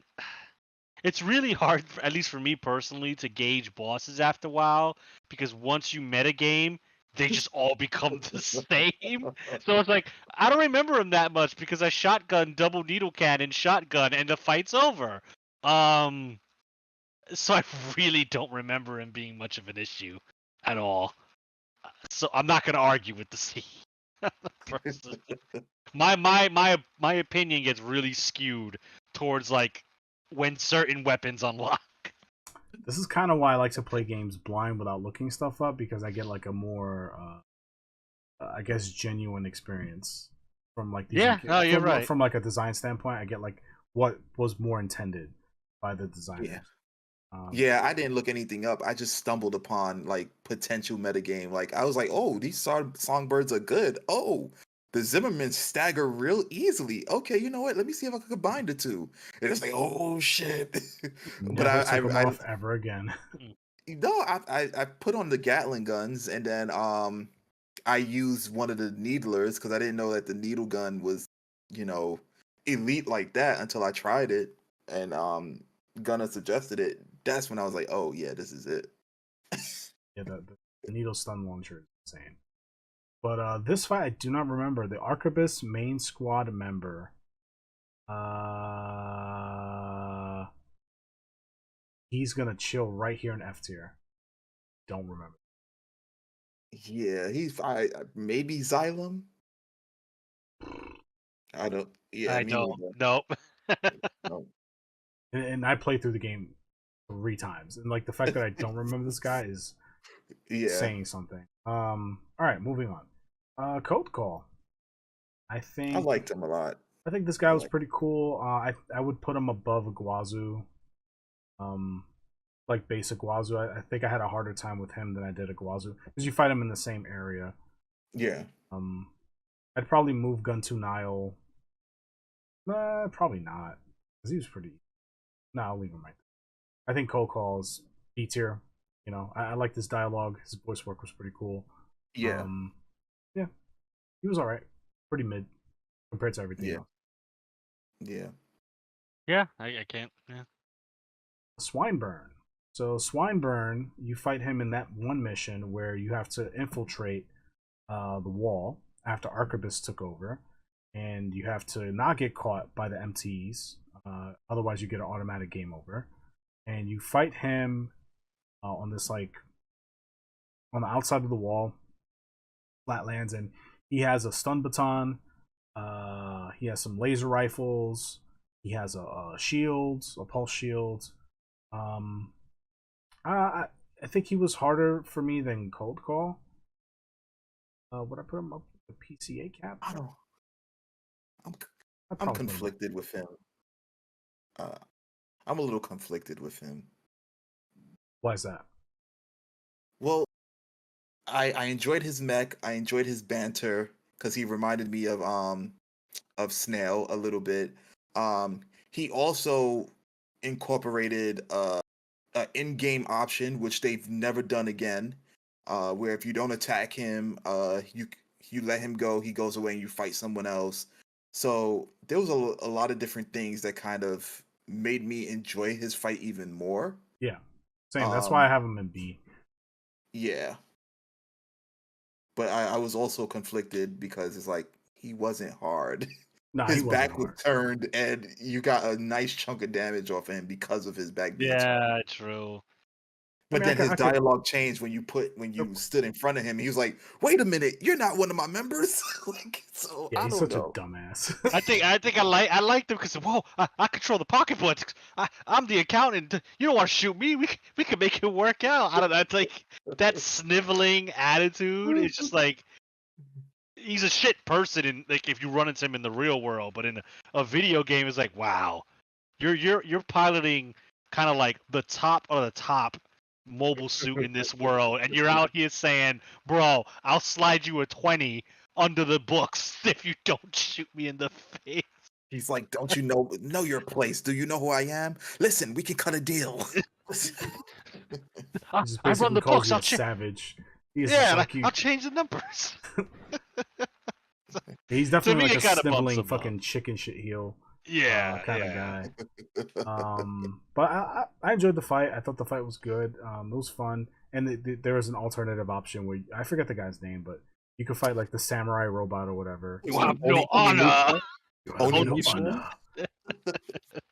No honor. The one that enjoys kabuki theater. And... Yeah, that guy. It's fucking that lore is crazy. Borderline's a little racist, I think, but I was like, Japanese didn't make it, so They did it themselves. Yeah. Fuck it. So let's talk Michigan. I think Michigan's boss battle is a fucking S tier. A tier. Oh, okay. Even better. I think it's Even an S better. tier. I think it's an S Even tier better. because his fight was. He had all the mobs. Like he called the entire fucking Balaam army to fight alongside him. This fight was definitely not easy. It wasn't easy to S rank. But I loved the banter throughout the entire boss battle was great between all the different like operators and with him as well. Fighting Michigan, just even fighting him one-on-one, I think he would have been a challenge because he has a what do they call it, the spider mech, Tetrapod. He has a tetrapod mech, so he was doing a lot of kicks. I think he has songbirds as well because those missiles hurt like a motherfucker. This guy has a problem. Like they call him Hell on 4 legs for a reason. So yeah, this mission was awesome. This is one of the better. My favorite mission. That was the first one, and then the second one involves another AC. But I was literally on the edge of my seat for this mission. Ran out of ammo. Had to check my surroundings. Like it was the epitome of managing everything. It was just ridiculous. Yeah, this was a great fight. Gunnar, did you get to fight on Michigan in your playthrough? Oh, No. I saw a lot of everything I didn't do. I lived vicariously through Esoteric stream. So I have no first-hand knowledge on how I felt during the fight, but watching him go through it and like him running out of ammo when he was using the big Gatling guns, I was like, oh shit. But from a viewer's perspective, that whole fight was hilarious. Cause like he's prepping his AC while you're fucking murking his dudes, and like they're just trying to dunk on you, and even though he defends you. Right, he's going to kill you. Like he's getting in his AC to kill you. He's like, "Whoa, we watch your fucking mouth. That's the worm killer. That's the wall climber right there." And he's like, he has his people doing math to compare like their worth against Iguazu's worth compared to your worth, and I'm like, bro, this is hilarious. 20,000 Albany, sir, or whatever. He was when I think about Michigan, I think of the movie Full Metal Jacket. Oh yeah, 100%. Yeah, he's very like Semper Fi, America all the way. He's one of the best characters in this game. So even though I have no first-hand knowledge, I'll get to it. I will fight him on my own eventually. But just like from a viewer perspective, that whole mission was, I didn't have to deal with the stress. That was Esoteric's problem. I was just like, this is hilarious. This guy's the greatest. So yeah, I got no problem with that. I mean, although I was stressed about the fight, I enjoyed it from start to finish. Like the banter, I enjoyed Michigan ever since they first introduced him in the first mission. Like he was one of my favorites through and through. You get no pushback from me whatsoever. Yeah, I think he's a great character. I think all of the Balaam characters are awesome. I love all of them. Honestly. Yeah, yeah. Even the ones that get very Except little for voice time. Iguazu. I actually like Iguazu. I think he's such a shithead. Like, perfect. He's a perfect foil to you in so many ways. True, I can concede that. Yeah. So moving on, let's talk about Pater. So you fight Pater in the All Mine missions, and this is Oh, after you Depth kill 3 was O'Keefe. it? Depth 2. You're working your way backwards up toward where you know this stupid boss down here on the Nepenthes. You're working your Okay. way back to where you fought this thing, and you fight V8 Pater there. And this fight I thought was pretty standard stuff. I would put him above Swineburn. Yeah, I'll put him above Swineburn. I think he was harder to fight than Swineburn, but like maybe these 2-on-1 encounters gave me a harder time than just fighting him by himself. Yeah, I So, can see yeah, that. Pater, and I like Pater. I like the one thing that made me laugh out loud, literally, was when he imitated Rusty. He's like, I have a message from Rusty. Oh Got yeah. my eye yes. on you, buddy. Yeah. That's such a far cry from his Yeah. voice. Yeah. So ever since that, I was like, all right, Pater's cool. So that's why I would put Pater. Yeah, he was like the PR guy. He was like Yeah. I liked him because of that. That was pretty cool. I like his color scheme. I'm a sucker for black mechs. Oh yeah. I got him mixed up with the guy who's a pessimist. That's Or O'Keefe. We'll do him next. Yeah. That's O'Keefe. Yeah. Who's tight with Pater? Like they're pretty cool. Like I guess Pater or O'Keefe was like his mentor, because he mentions it during the fight. That's right. Okay. Yeah. So okay. So moving on to O'Keefe. I think O'Keefe. We'll put him above Pater. I'd actually put him because you fight him in Depth 3 in that weird tunnel, and this guy floats for fucking ever, man. Yes, This guy does not stay on the ground at all. No. Nope. So like I would. I think I had a harder time with this fight than I did the PCA captains. So I'd put him up here. Yeah, he was one of the few AC fights where you had to like strategize, like, and he wasn't he wasn't a punk or anything. Like he'd follow you where you're going. So, Kong was watching the stream where we had to lead him into the floor, because he was annoying as shit to face head on like that. If I had a tetrapod, I think it would have been a much more interesting fight, but I had to improvise. And I think, just as a point, because like S ranking this mission is easy only because he follows you. If he didn't follow you, S ranking this mission would be incredibly difficult. Oh yeah, absolutely, incredibly difficult, because he would force you to fight him on his terms. He would like, okay, fight me in the sky, and like you'd have to like go back and build a mech just to fight him. For that reason, I'd put him above. Would I put him above Snail? Probably. Yeah, I'd probably put him above Snail, because Snail was like pretty straightforward, at least in that particular encounter. Yeah, he was a basic fight. Yeah, Snail definitely was. So let's talk Hawkins and Pater. So this is a mission where you teamed up with Flatwell, Liberation Front rep, and you had to ambush Hawkins and Pater. This mission wasn't super hard. By the time you're at this point in the game, you're pretty geared up. You have access to a lot of stuff. But it is a 2-on-1, and I would say it's 2-on-2. Oh, it is 2-on-2. Well, the other guy was kind of like dragging. I mean, I didn't notice him. Yeah. Even though he called you an idiot for fucking attacking. Yeah. But, this is supposed to be an ambush, you fool. I'm like, what, do you want me to break them? You want me to break the mobile suit's neck? Like, what do you want me to do? I'd put him after Volta and Iguazu. I feel like maybe this fight was harder, even with help, than this fight, but not like throwing my controller across the room. Yeah. I mean, the only reason it was a little bit tougher for me was because I think when I first did it, Flatwell. Yeah, I think it was Flatwell, right? He joined you for that or one. Middlewell, He Flatwell, one of the two. Yeah, he Flatwell, yeah. died for lack of a better. He had to leave the fight, so then it became a 2-on-1, and that's when it Oh, became a little harder for me. Yeah, so he never left the fight for me, so I didn't know that they could take enough damage to the point where they. yeah, because like the one that we talked about where you fought those two PCA guys and Rusty was with you. When I Yeah. first did it, Rusty took too much damage and he had to pull out, so it ended up being a 2v1 at that point for me as well.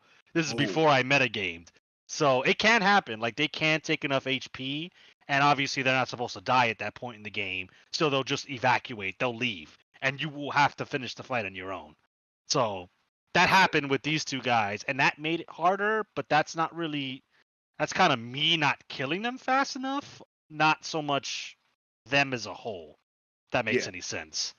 So but yeah, Okay. I think they're fine what they are. I think B's a good spot. Yeah, B's getting crowded up in here. It is, yeah. But to be fair, a lot of these fights are like real samey, so that's kind of why. That's my problem with the AC fights. Because they're machines that you can build. Like you could literally copy any AC in the game. Yeah. 1-to-1. It does unfortunately become samey. That's why for me personally, when I like suggest a placement, I kind of do it like, well, is the character does the character leave a better impression on me?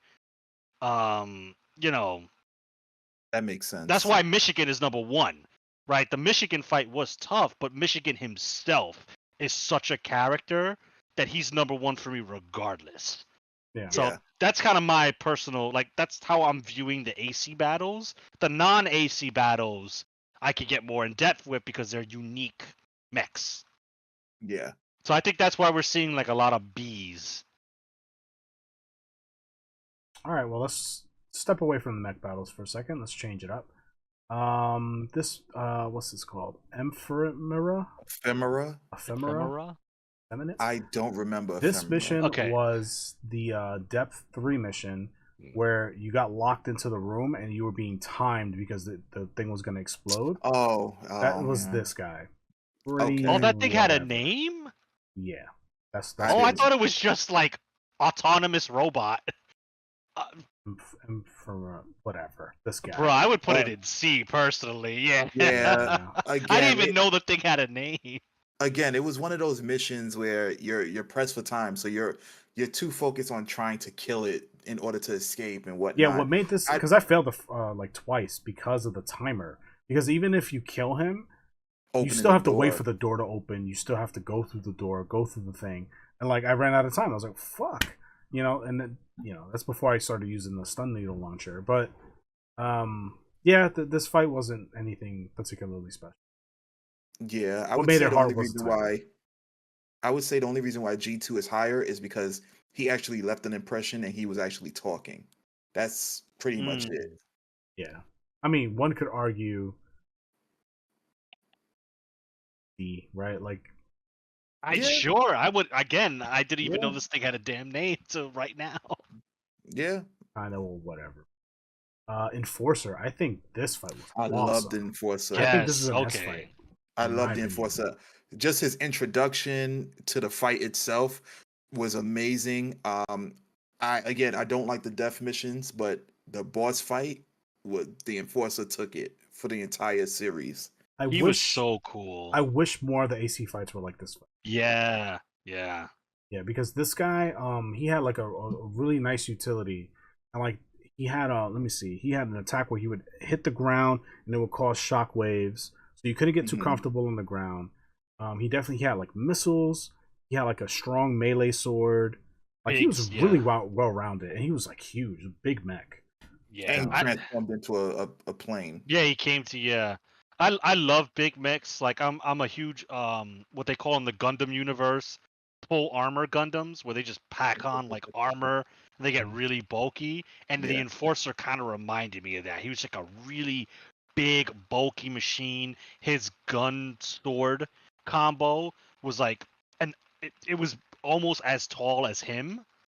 He was just a cool mobile suit. He was so cool. when I met him, when I fought him, I was like, damn, I wish we could have mobile suits that were that big. Wish we could have ACs that were that big. Yeah. So he's an S for me. He's such a cool mobile. Any final thoughts on Enforcer Esoteric? No, he was amazing. I agree with all the points that you guys addressed. Agreed. This fight was one of the better. This kind of made up for the whole It kind of The Death definition, missions, especially like that this- loser down there. Fucking.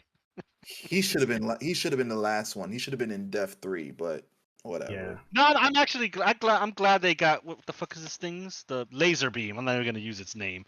The Penties. The Penties. Yeah, like I'm glad he was in the beginning, or it was in the beginning, because I wanted to get it out the way. Like, okay, move on.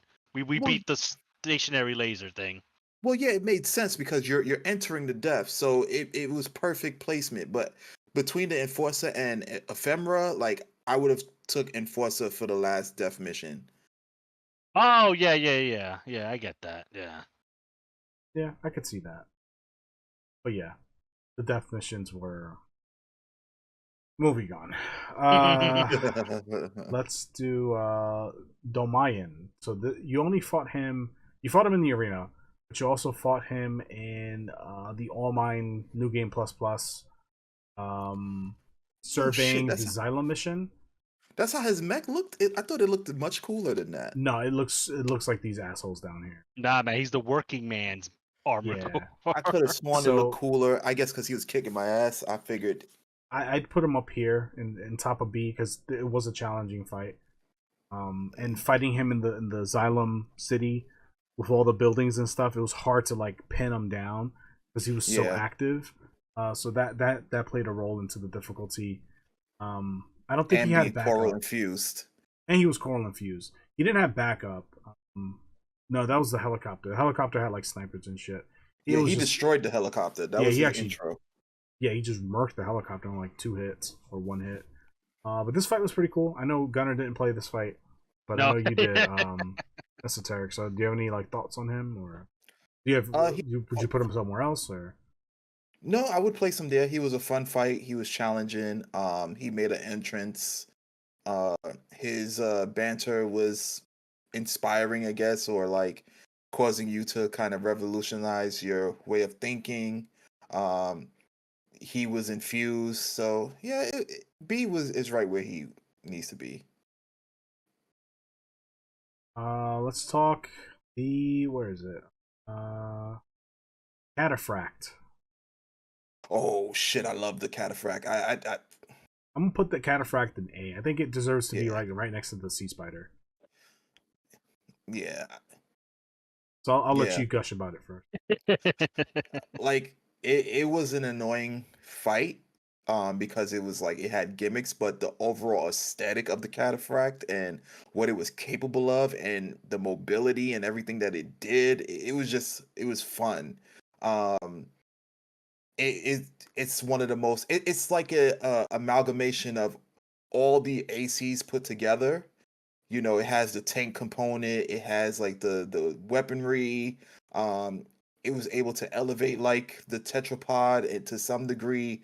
Like it was just a very, very fun machine to fight. Although, you know, that one little gimmick where you had to hit it in the middle. And then revisiting that same type of machine later on with mobs, it made it that much more difficult. But overall, fun fight, aesthetically pleasing. It was dope. I wish they had more like enemies like that, kinda.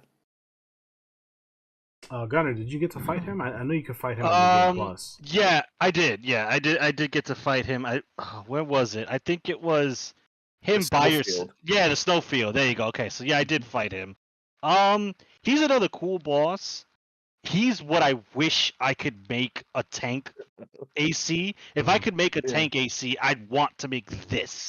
That's why I've never been the biggest fan of tank ACs in Armored Core, because it's just like a tank and they slap a fucking robot body on it. This one was just built way better because it was there was still a mobile suit in it, but he was in between the tank. and like he had like the laser missiles on top and the cannons on top, and you can only really deal damage if you hit the mobile suit like sandwiched between the treads. And I thought that added challenge because you kind of had to position your AC in an optimal position to hit him, and it just made sense from just like a build perspective. So I liked him because to me he's a superior tank AC than anything you can make. Oh I wish we can. Hopefully in Armor Core 7 we can make a tank AC like that, or at least kind of like that. I, so I loved. Again, I love the aesthetic, but functionality wise, it doesn't make any sense because like I'd rather be inside of it than in between it, where I'm just like out in the open. It's like you have an actual tank and you're standing on top of it. All the functionality of it, you can control it up top, but you're just getting smacked around. It was just weird to see like the AC just dangling with his feet, like while you're. It's like I don't know. when you're a kid and you want to combine your toys. It felt like some fucking dumb concoction you would make up. Like, oh, I want my let's pretend I get a Gundam toy or a Transformer or some shit. And you had like a bit like a military tank. It's like, I wonder if you combine the two, and then you just like break the tank and then just kind of sandwich them together. And it's like, oh, you could just use them as arms. That's kind of he's like this weird like 5-year-old kid's fucking wet dream of like what a tank mech should be. Yeah, he definitely looked like he belonged in Sid's house from Toy Story. Yeah, he's definitely a fucking Frankenstein machine, but he's still pretty cool. Like the concept is cool. Oh yeah, 100%. I think the Cataphract is really cool, and he has a cool fucking name. You know, whatever that's worth. Everybody's favorite boy, Rusty. Let's talk Rusty. Hey. Rusty's an S. Come on. Yeah, he's an S. Yeah. Nope. Yeah, no debate. Yeah, Rusty is one of the better characters of the game. He's definitely like your rival / best friend or whatever. His fight, like his mech moves really fast, hard to pin him down. But that's like the gimmick, right? That's like kind of what his mobile suit or his AC is meant to do. So I'll let you guys gush about Rusty. Another AC as well. I don't know if they have Steel that. Haze, Rusty. Yeah, so the Steel Haze, what's that? Cordis? Yeah, Ortis, I think. So that's definitely the stronger of the two. This is when you fight him on top of the Xylem at the end of the game. It's base. I mean, it functions after you make the wrong decision. Yeah, after you decide to, make the wrong decision, we'll say. But the fight's more or less the same. But he does like, I know in this fight particularly, like, when you're fighting him, souped up, like Arquebus version of this mech, he's like, you kill him, and then he just like, he's like, nah, not today. Like he just gains 30% HP. Is like, we're not done here. Yeah, and some DBZ shit. Yeah, which I thought was pretty cool.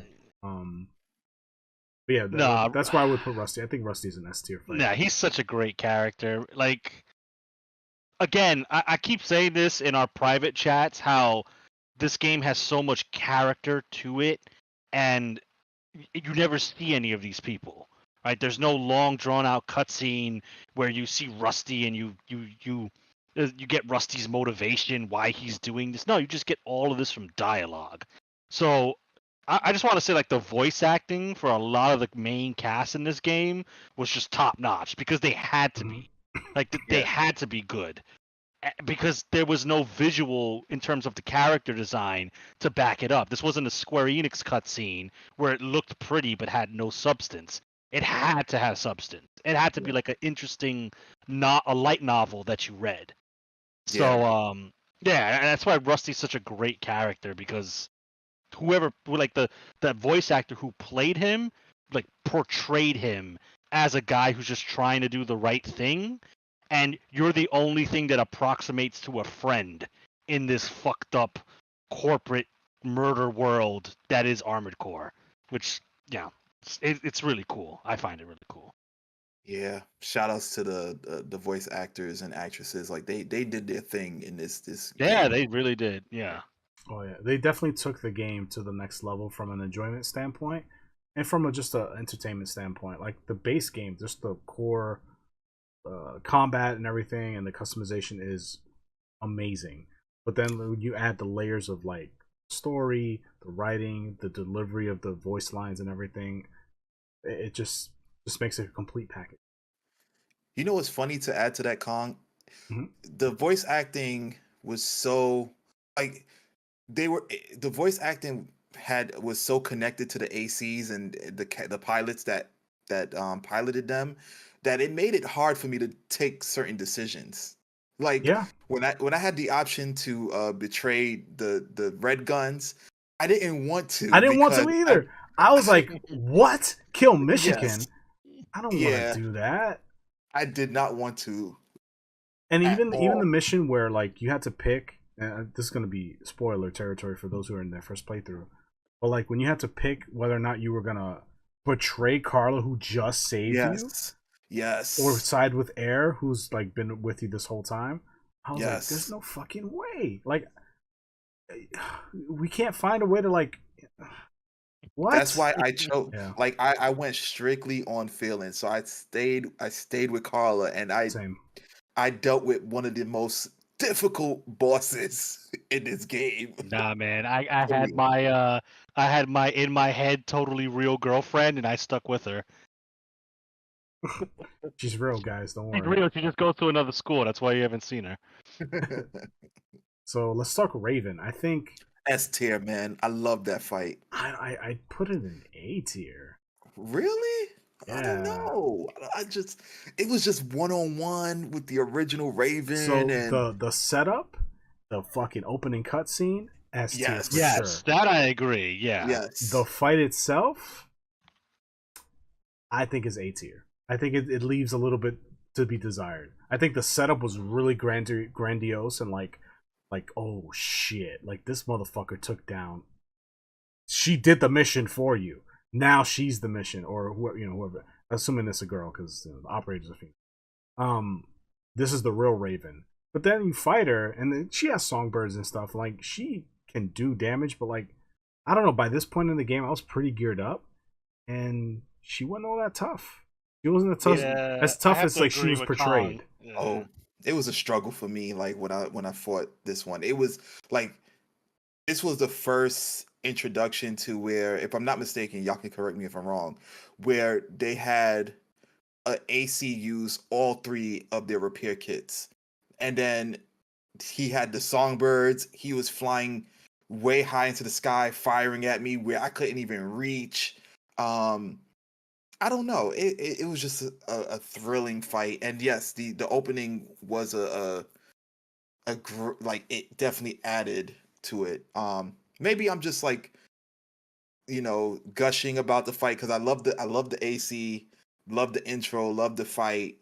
Um, Honestly, I think he was more of a for me was a more difficult fight than the first Rusty because Rusty was in a confined space, whereas this guy was out in the open. So he, you know, or she was just I mean, wreaking havoc on I me. could see that. I could concede Rusty here because A rank is not bad, right? Like this doesn't mean Oh yeah, bad, yeah, yeah, yeah. but like S is just like to me. This is my reasoning. So with Michigan Enforcer, final version of Rusty, even Balteus, like Hmm. these were like fights that had the anticipation and the fight delivered on Yeah. that level of Yeah. anticipation. Got you, got Whereas you. Raven, I think the anticipation was high, but then it kind of dipped a little bit because once I beat her, she beat me the first time. I was like, okay, well now I know what you're about. Then I beat her the second time without real like issue. Like I had like one or two repair kits left. I was like, okay, I got it. You know, with these Got you. guys, that wasn't the case. Like Enforcer, when I saw him, I was like, holy shit! All right, this is gonna be a fight. And he was, I struggled with him, and the fight Oh, was see, very enjoyable. for the Same with enforcer, it was Michigan. Hmm? enforcer was an enjoyable fight, but I didn't struggle with the enforcer. I struggled more with Raven as opposed to the enforcer. All right, But well, I mean, that, I could move I'm good. Enforcer down, right? But No, like, no, no, no, no, no, no. Keep enforcer there because I think he was a much better package delivery than Raven because at the end of the day, Raven is just a regular mech that you can just build the same parts with. Enforcer you can't, and just his introductory was from start to finish was full on gameplay. The Enforcer was introduced not in the cutscene, but he came into the stage firing at you and then he flew away. So I think that was much well packaged than Raven. But I did enjoy the Raven fight as well. Oh no, 100%. That's why she's at the Yeah. top of the A tier. Yeah, that was great. Speaking of Raven, actually let's do Freud, I guess. Freud, I think was just, I'm putting him right here next to Snail because it's basically the same fight. Yeah. You fight him in the same place. They fight similarly. He kills Chatty Stick and then comes after you. And then Snail tells him to stop dicking around with you, and he cuts him off, and he just like ends communications with Snail, and he continues to fight you. You know, is impressed with Raven or 621's like piloting skills, your skills, and yeah, you take him down, and Freud is like dies happily because he died a honorable death, I guess, against a strong pilot. So Freud was fine. It was a great fight. I think it's near the top of B tier. Wouldn't put it past these two though. I think O'Keefe and Domayan held more water because of their history. I think they just had more to do in the story, and so these fights just meant more. Okay, that makes sense. And I think they were also more challenging, right? I think Domayan had more challenge, and then O'Keefe and his constant floating, and him talking down to you the whole time, life sucks, and all this other shit like that. That added to the fight to me. At least. Does that make sense? Yeah, that makes sense. Yeah. All right.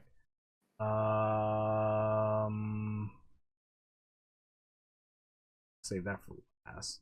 Where's the other one? Oh, I guess we could do these two. So, what's this guy's name? Who that? Maeterlinck and Wuha Hai, whatever. Fucking the guy who voices fucking Bleach character, fucking Ichigo, that guy. I don't remember any of them. So these guys, you fight them right before fighting Cell 240. These are the two mechs you have to take down. Okay. Yeah. They were alright. Yeah, they were okay. The banter was honestly more entertaining than them. The fight itself. Yeah. This chick was like, Snail, please pick up the phone. You've left me on red.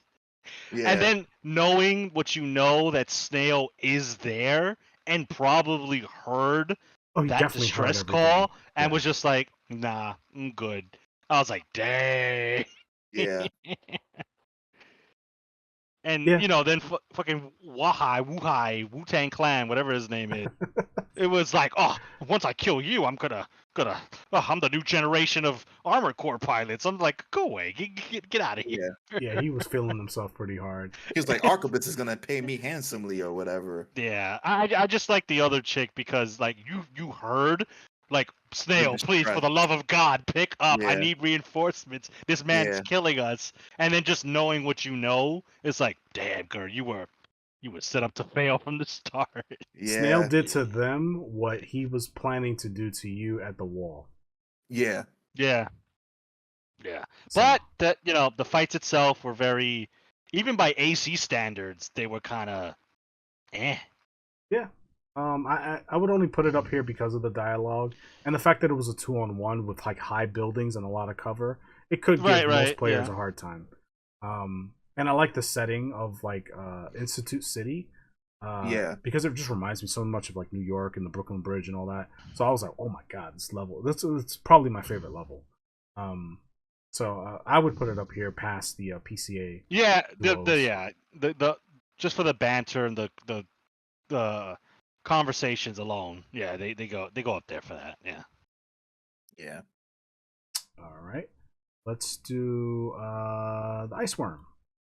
I think the Ice Worm is an A tier fight. I would put it past Cataphracts, but behind everything else because it was a great fight the first time, but it's such a scripted battle that it loses a lot of its luster after the first time you do it. I can concede it even a high B for Ice Worm. Okay, I was thinking at least behind Cataphract because Cataphract is unpredictable, but I think Ice Worm should remain A because of its overall presentation. It forced all the factions to come together and fight it. True. Also Rusty's big event with his sniper shot and I like won't just the miss. overall, yeah, and then the overall banter between everyone, like what the bare minimum, like Yeah. so I, Yeah. it's enjoyable to me. I feel like it's definitely A tier. Yeah, I'd agree with Esoteric. Like all that, plus he's again one of the few super mega big bosses, and he's one of the best ones because he's like the most dangerous, seeing as he's just a giant worm and he'll run into you, and then later on shoot like coral energy bombs at you. So he's a lot more dangerous, and yeah, like just the whole banter between Snail, Iguazu. I guess Chatty was there too. He's like my least favorite character in this whole game. Um, and Rusty's fucking 360 no scope sniping. Yeah, all that combined, yeah, definitely Worm's an A rank. If they weren't there, I think Worm would be B, 100%. Okay, I could concede that. They Yeah. had some of the best lines. Even the briefing Yeah. was fucking great. Yes. Gun yes. 5. You just volunteered for the front lines. I Yeah. love that shit. So Yes. yeah, I could agree with that. I think maybe better than Sea Spider because Sea Spider just kind of came out of fucking nowhere, and Cataphracts I think is just a cooler fight overall because it's such a scripted fight. Iceworm, they're like again after the first time it's like okay I know what I need to do. Plus, this was the only fight that required you to use a specific weapon. It's the only True. fight in the game that had you do that. So That's true. that was pretty cool. That So is true, yeah. what else we got here? I guess we could do Rusty and Flatwell. I think this fight, I'd put it like right next to Base Rusty, maybe ahead of Base Rusty, because Rusty's a part of it, and it's a 2-on-1. So I'd put it there. But what do you guys think? I'd put it behind original Rusty simply because like Flatwell was kind of like messing up the whole ambiance of the fight. He came in, he was It was like, definitely a third "No, wheel. yeah, he's a great pilot. No, you mustn't do this." And he's still attacking me. I'm like, "Why the hell are you shooting at me if you're advocating for me? Like, are you an idiot? You complained about me rushing these guys and not ambushing them as you told me to, but you're gonna sit here and talk to Rusty about how good I am while But shooting at me." my bullets mean I'm trying to help. And he was just there. Like I felt like he ruined the moment between Rusty and I, where we had our contention, and he's trying to figure out where I stand, and Flatwell just comes in like, "No, you don't understand. It's like I'm trying to figure it out right now. I'm trying to figure out what he's about, and here you are trying to like sell me some shit about him. I don't know. That's just how I felt about the fight. Yeah, this is another one that I didn't personally do. I again saw Esoteric do it, and I kind of agree. Like, I think the point of Flatwell being there was to kind of give you, the player, an indication of like where Rusty's allegiances were. Like While he was shooting with. at me. Yeah, I get. I mean, like they could have done it in a cutscene, but they decided to make it more of a fight, I guess. So like basically what I got from it is like, oh, okay, Rusty's fighting for the Rubiconians, right? He's their mole in corporations, their ace in the hole. So it kind of just accomplished that. Why they did it in a fight and not like have him save Rusty once you blew his arm off, as opposed to the original fight where he um initiates that pulse blast to get you away. Like he could have come out and saved Rusty and maybe like shot in your direction, forcing you to back off. I Yeah. think that would have conveyed the message and not have him be a fight. But I don't know. I guess they like, oh, what happens if it's a 2-on-1? Ooh. Yeah, I mean, I would have been okay with me losing the fight in a scripted fashion, and then Flatwell They comes could have in and done is like, that, "Wait, yeah. Rusty, like, chill. He's actually with us." And then, based upon the decisions you make to progress the game, will determine whether or not Rusty comes in like, "I knew you were an asshole. I knew you Right, yeah. wasn't." Whatever. Rusty could have beat you and like aimed his gun at the cockpit, meaning that if he pulled the trigger, he was gonna kill you in it. And Yeah, then he could have stopped that and like, let's give him a chance. Maybe he'll see the light. Right? Maybe hint that he knew that air is communicating with you, so you're like in communication with a Quoral Rubiconian. That would have been better, but I mean, I guess at some point they were like more fights equals more good. So Yeah. Yeah, I can see all of that. Makes sense. But yeah, because Rusty was in such a great mech and a great fight, he defaults to A in my. That's all my thoughts really. Real straightforward. King, Chartreuse, and Raven. So I think this fight maybe is behind the Rusty and behind the Raven fight because you only access this fight after your initial playthrough, I think. And while it is a 3-on-1 and the Raven entrance is still cool, I think this one is just so much cooler because of the setup and everything. And I like King and Chartreuse. I think they're pretty cool. But this was just this felt like a filler mission. It felt like, okay, we need more AC fights in here, so we'll just have you kill these two ACs. And it was, challenging, but because they're separate, if you go after King first, he keeps you separate. Chartreuse will kind of keep doing her own thing. So it can become a 1-on-1 encounter if you're fast enough and you're good enough to kind of like beat them in a certain amount of time. If you go after Chartreuse first, King will come and tag team and fight you. So there's a way to like make it easier, if you will. So there's that. I loved going the Chartreuse route because she's like, "You're in an AC, you belong in a museum." Yeah. So her banter was like funnier than King's.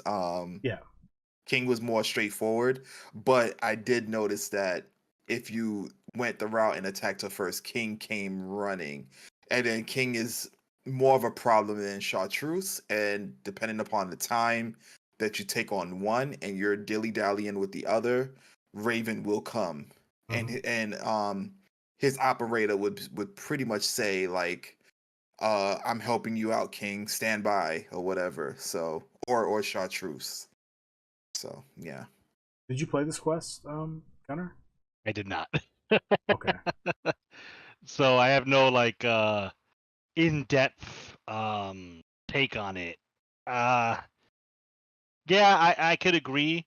From just purely the cutscene standpoint, I like the Raven solo fight because of the build-up to it. So on that basis alone, I would agree with its placement here. Okay. Chatty and Carla. I think this fight was fucking not easy. No, it wasn't. I will put it in low S. I don't care for Chatty Stick. Carla's kind of whatever to me, but the fight itself was challenging enough to where it was like, right, I'm not gonna forget this fight. That fucking simp AI bot with his wheelchair mech. I don't mind either of them. I don't think that Chatty had enough airtime because his whole narrative was that he doesn't talk much. I enjoyed Carla's banter. She was pretty cool. She wasn't obnoxious. She wasn't saying things like "pard." You know what I'm saying? For those of you who know, yeah, she was a pretty cool. She was a pretty cool character, and she had a cool AC. And not to mention all the buildup that led up to you having to fight her after making that harsh decision of "Thanks for saving me, Carla, but I don't align with whatever mission you're going with, so I'm going to betray you." Like, it's like biting the hand that feeds you, so to speak. So and adding to it was a difficulty. Like I literally had to bring Carla under the like under that little like ledge, because you're basically in a, just to give the viewers like a picture, you're in like this dome, and this dome has like a ledge up top where you could just stand, like a standing ground, and Chatty was there, and he would just be firing. He will never move and just shoot missiles and grenades at you. I'm like, yo, you little bitch. And Carla would be the one that's running after you. So what I would do is go under the grating where Chatty doesn't move, or he'll go around to try to get a good angle at you, take out Carla, and then go after Chatty. Like the worst way to go about that mission was to take Chatty on while Carla is just firing rockets from you from behind. So it's funny you say that, because that's exactly how I approach this mission. So I go after Chatty first because Carla will only ascend to a certain point. So I don't know if her bot just doesn't have a lot of energy output. But What? if you go up to Chatty, at least in my encounter, she would go up to you, but she wouldn't stay there long. Um, but Chatty would kind of try to run away. Like he would just kind of like run along the ledge. At least when I fought him, Yeah. he would run along Mm-hmm. the ledge and try to reposition you to be in like Carla's range, because Carla would have that big ass fucking missile launcher shoulder attachment. Mm-hmm. And if you're not paying attention to where she is, she will fucking pummel you with missiles. Same with Chatty. So like it was kind of like a, you know, you're stuck between a rock and a hard place. You're gonna eat missiles either way. But like Chatty's who I went after first, and then the interesting part story wise is if you kill Chatty first, Carla loses it. She's just like, you fucking killed Chatty, you motherfucker. Like now I've got nothing to lose. Like she fucking gets pissed, but not in a way where she's like, yelling at you, but like she almost loses her mind in a way, which is kind of interesting story wise. Like Chatty was the thing kind of holding her. Like it was the one thing that she felt like was like family that she had left. It's funny you say that because I think I did try it that way and I did end up beating Chatty, but I couldn't finish the mission because Carla was just destroying me. Mhm. I do remember, I think Chatty, that was the first time he ever laughed. And then Carla mentions it like, "Oh, Chatty, you finally laughed," or something like that. And then that's when, he dies or whatever. But I couldn't beat the mission that way. I ended up beating it where I had to take on Carla first and then Chatty second. Okay. Yeah, I did it the same way as Esoteric. I couldn't deal with Chatty just fucking bombarding me in my back while I'm trying to fight Carla, so I ended up fighting Carla under the lip of the circular arena. Ah, Mhm. thanks. So That's a good description. Yeah. yeah, so when Chatty would try and shoot, it would just hit the lip of it, and then I would just beat the shit out of Carla under it, and then just zoom to Chatty. So I never beat them the other way around because I couldn't. Like if I was trying to get to Chatty, Carla would just unload on me. Either way, someone's shooting me in the back. So Yeah. I cheesed the fight by killing Carla under the lip of the circle. That's how I did it. Same. I was Interesting. not playing Interesting with how we all that. had different approaches. All right. Moving on. Cell 240. F S tier. tier. S. This is Definitely an S S tier tier. fight. Jesus Yes, it Christ. is. Woo! That I'd even put it past Michigan. Yeah. that Yeah. this fight broke me. I ain't gonna. I'm fucking. It broke. I went to the internet. I'm like, I want to win. How do I win? This is the fight that got me using Zimmerman's and the double needler guns. And the moment I put those 4 weapons on, I beat her on the first try. I was like, fuck you in particular. Oh man. That's my rat. For me, it was a tough fight. I had Gatling guns and I had songbirds, and that's how I went about it because that was my go-to weapons at that time. I didn't know anything about the meta or whatever because I don't search for those kind of things online or whatever. To each his own. For those of you who do, um, but that's how I struggled. I struggled because I love that the Gatling guns had a consistency where it kept track of Cell 240 because I knew definitively that I would get some hits in. And then the Songbirds was more of a risque kind of attack where I had to be super close to 240 in order to deal that stagger damage. And then I would use the Gatling guns again to kind of solidify dealing damage to Cell 240. The thing is with the Gatling guns, however, is that it was an extra thing for me to manage. So while looking at my bar, my speed, my stagger bar, I also had to make sure that um my Gatling guns wasn't overheating. So it was definitely a lot of managing there. But I managed after countless times I managed to pull it off fighting 240. It was a really tough fight. And then a funny thing I'm gonna add is like when I got through the first phase, I was like, "Yeah, I beat your ass." I put down the controller and then I saw it get back up. I was like, "Oh my god, no!" So the first phase was difficult enough for me to like have a moment of reprieve, not realizing that it had a second phase, and Jesus Christ, that second phase was tough as well. But I would say that the only thing that makes Cell 240 actually tough is the speed, because it has the ability to break she your would lock just on. zip right past you, right behind you, constantly. Yeah. Yep. So for me, so after using the stun needle launcher, I kind of default, because for a while I would play with dual laser rifles, the lightest ones, and then dual laser missiles on the back, the ones that shoot the purple energy missiles. So I would roll with that, and that brought me through most of the game, because I don't know, I fell in love with like energy based weapons in this particular game. So I was fighting her with that, and I was doing pretty well, but like my damage output just wasn't enough to kill this bitch. Like it just wasn't enough to bring her down based off the amount of damage I was taking from her attacks. I was like, fuck, I need to do more chunky damage before, because I beat her and then she comes back and I'm like, well, fuck, okay, cool. Like I've got no repair kits. Like this is a problem. So then I decided to use the stun needle launcher, and I found success, because there'd be certain points in time where she would stay still, and I was like, okay, now's the time. Boom, we hit her and get like good stun or whatever, and then unload with the laser rifles. But even then, it was just not enough, because it was she does like the fucking Valtrex Monster Hunter attack, where she turns into a fucking energy bird and flies at you in the second phase, and she has the fucking sonic boom. She would throw 4 of them shits, and she would wait to see where you would go to predict where you would end up to throw the sonic boom there.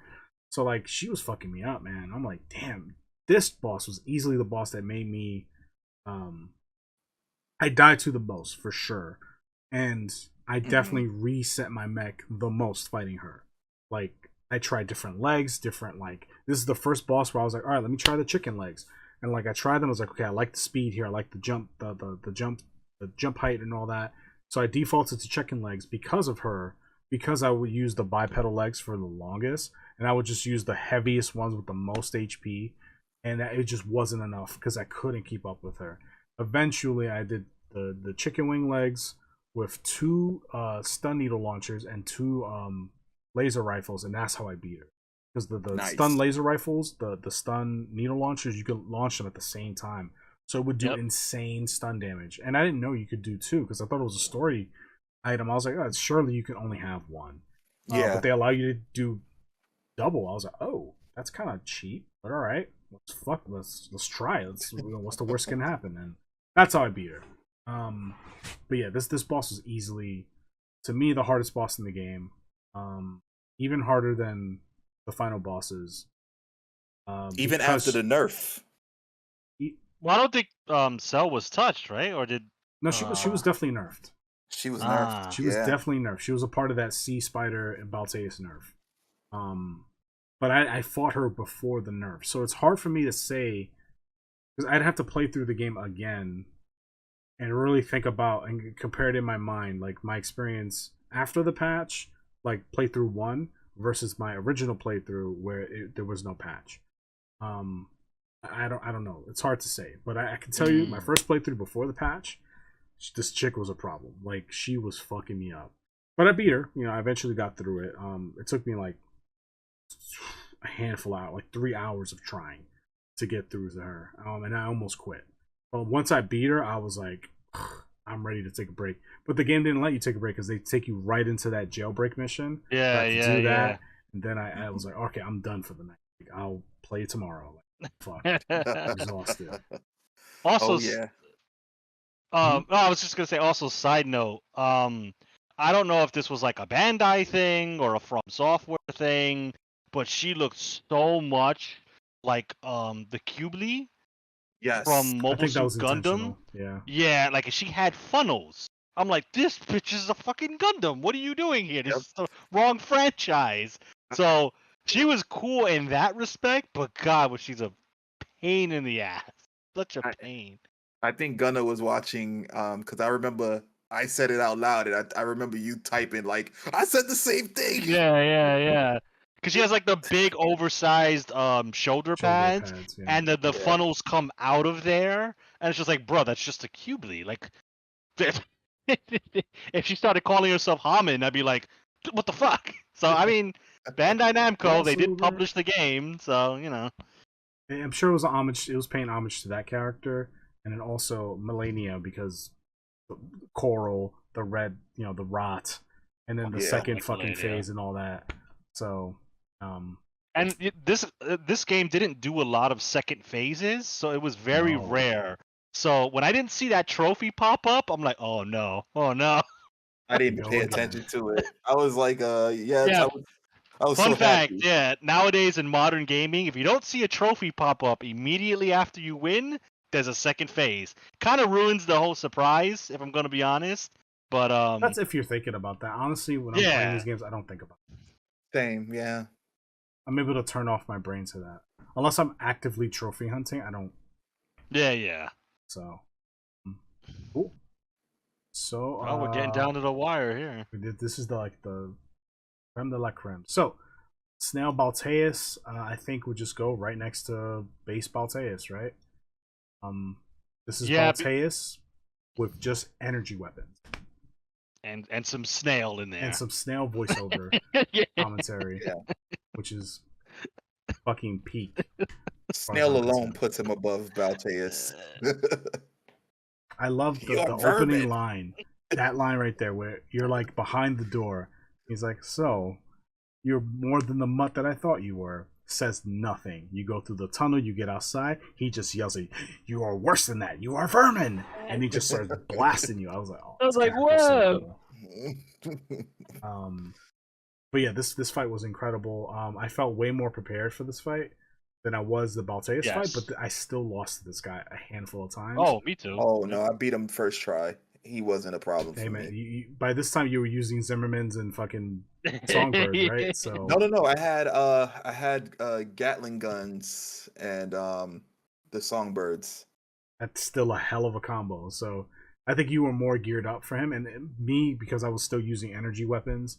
I kind of give it to myself because I was using laser rifles and the laser missiles plus the one stun needle launcher. So that I think there's some hidden attributes where they're like either susceptible to certain weapons and or like they're resilient to certain weapons. Because I feel like I think that's what it is. Could be. I know that heavy kinetic damage pulverizes this guy's shield.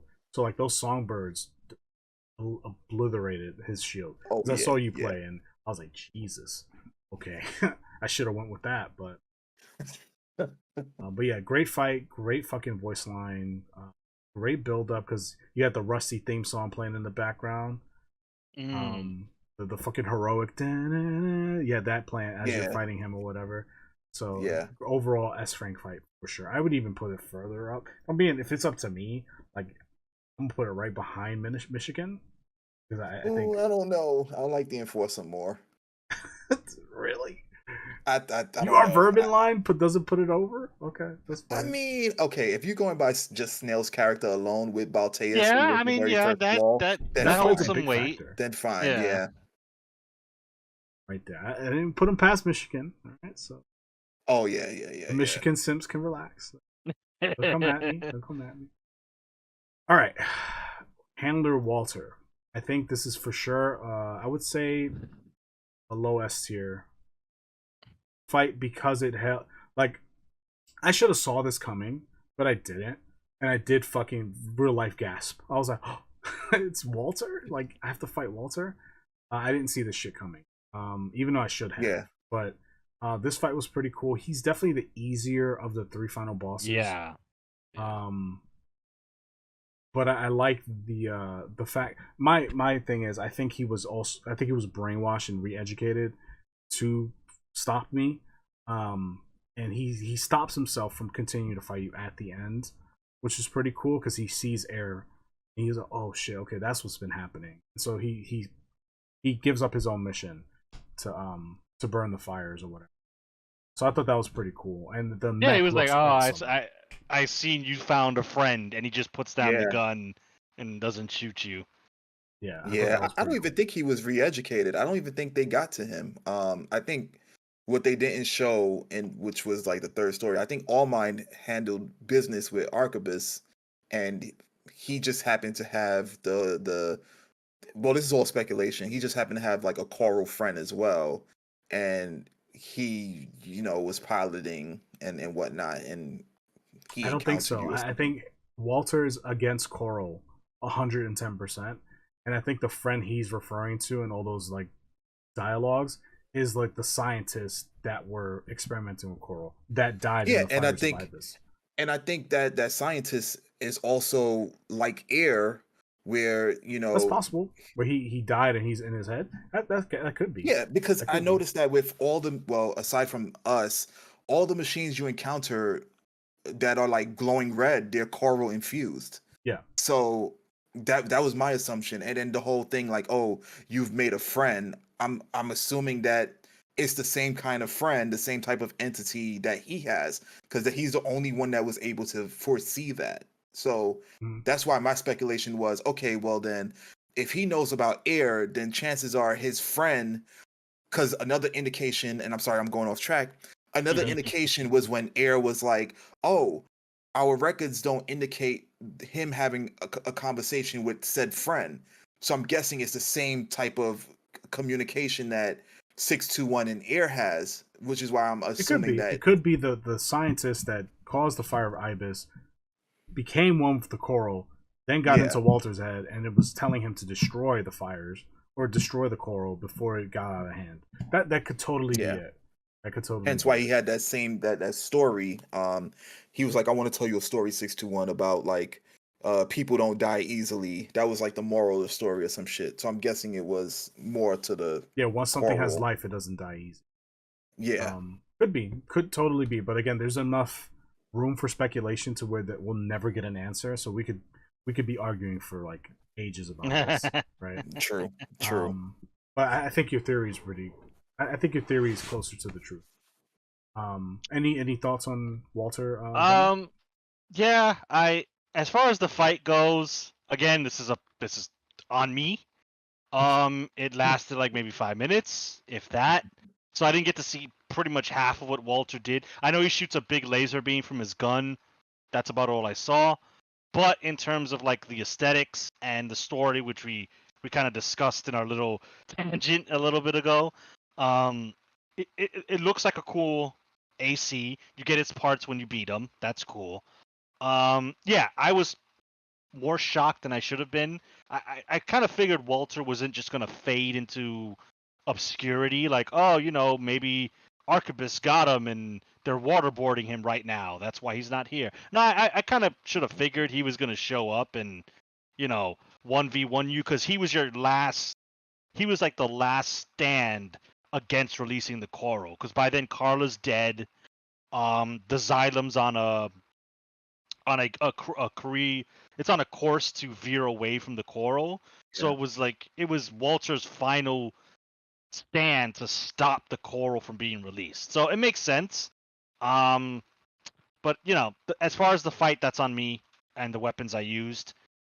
But as far as aesthetics wise, while he was kind of the weaker of the final bosses, he was Yeah. still cool. Like Walter's character was cool throughout the game. So I think they did the best with him than they could with Yeah. this final boss, for sure.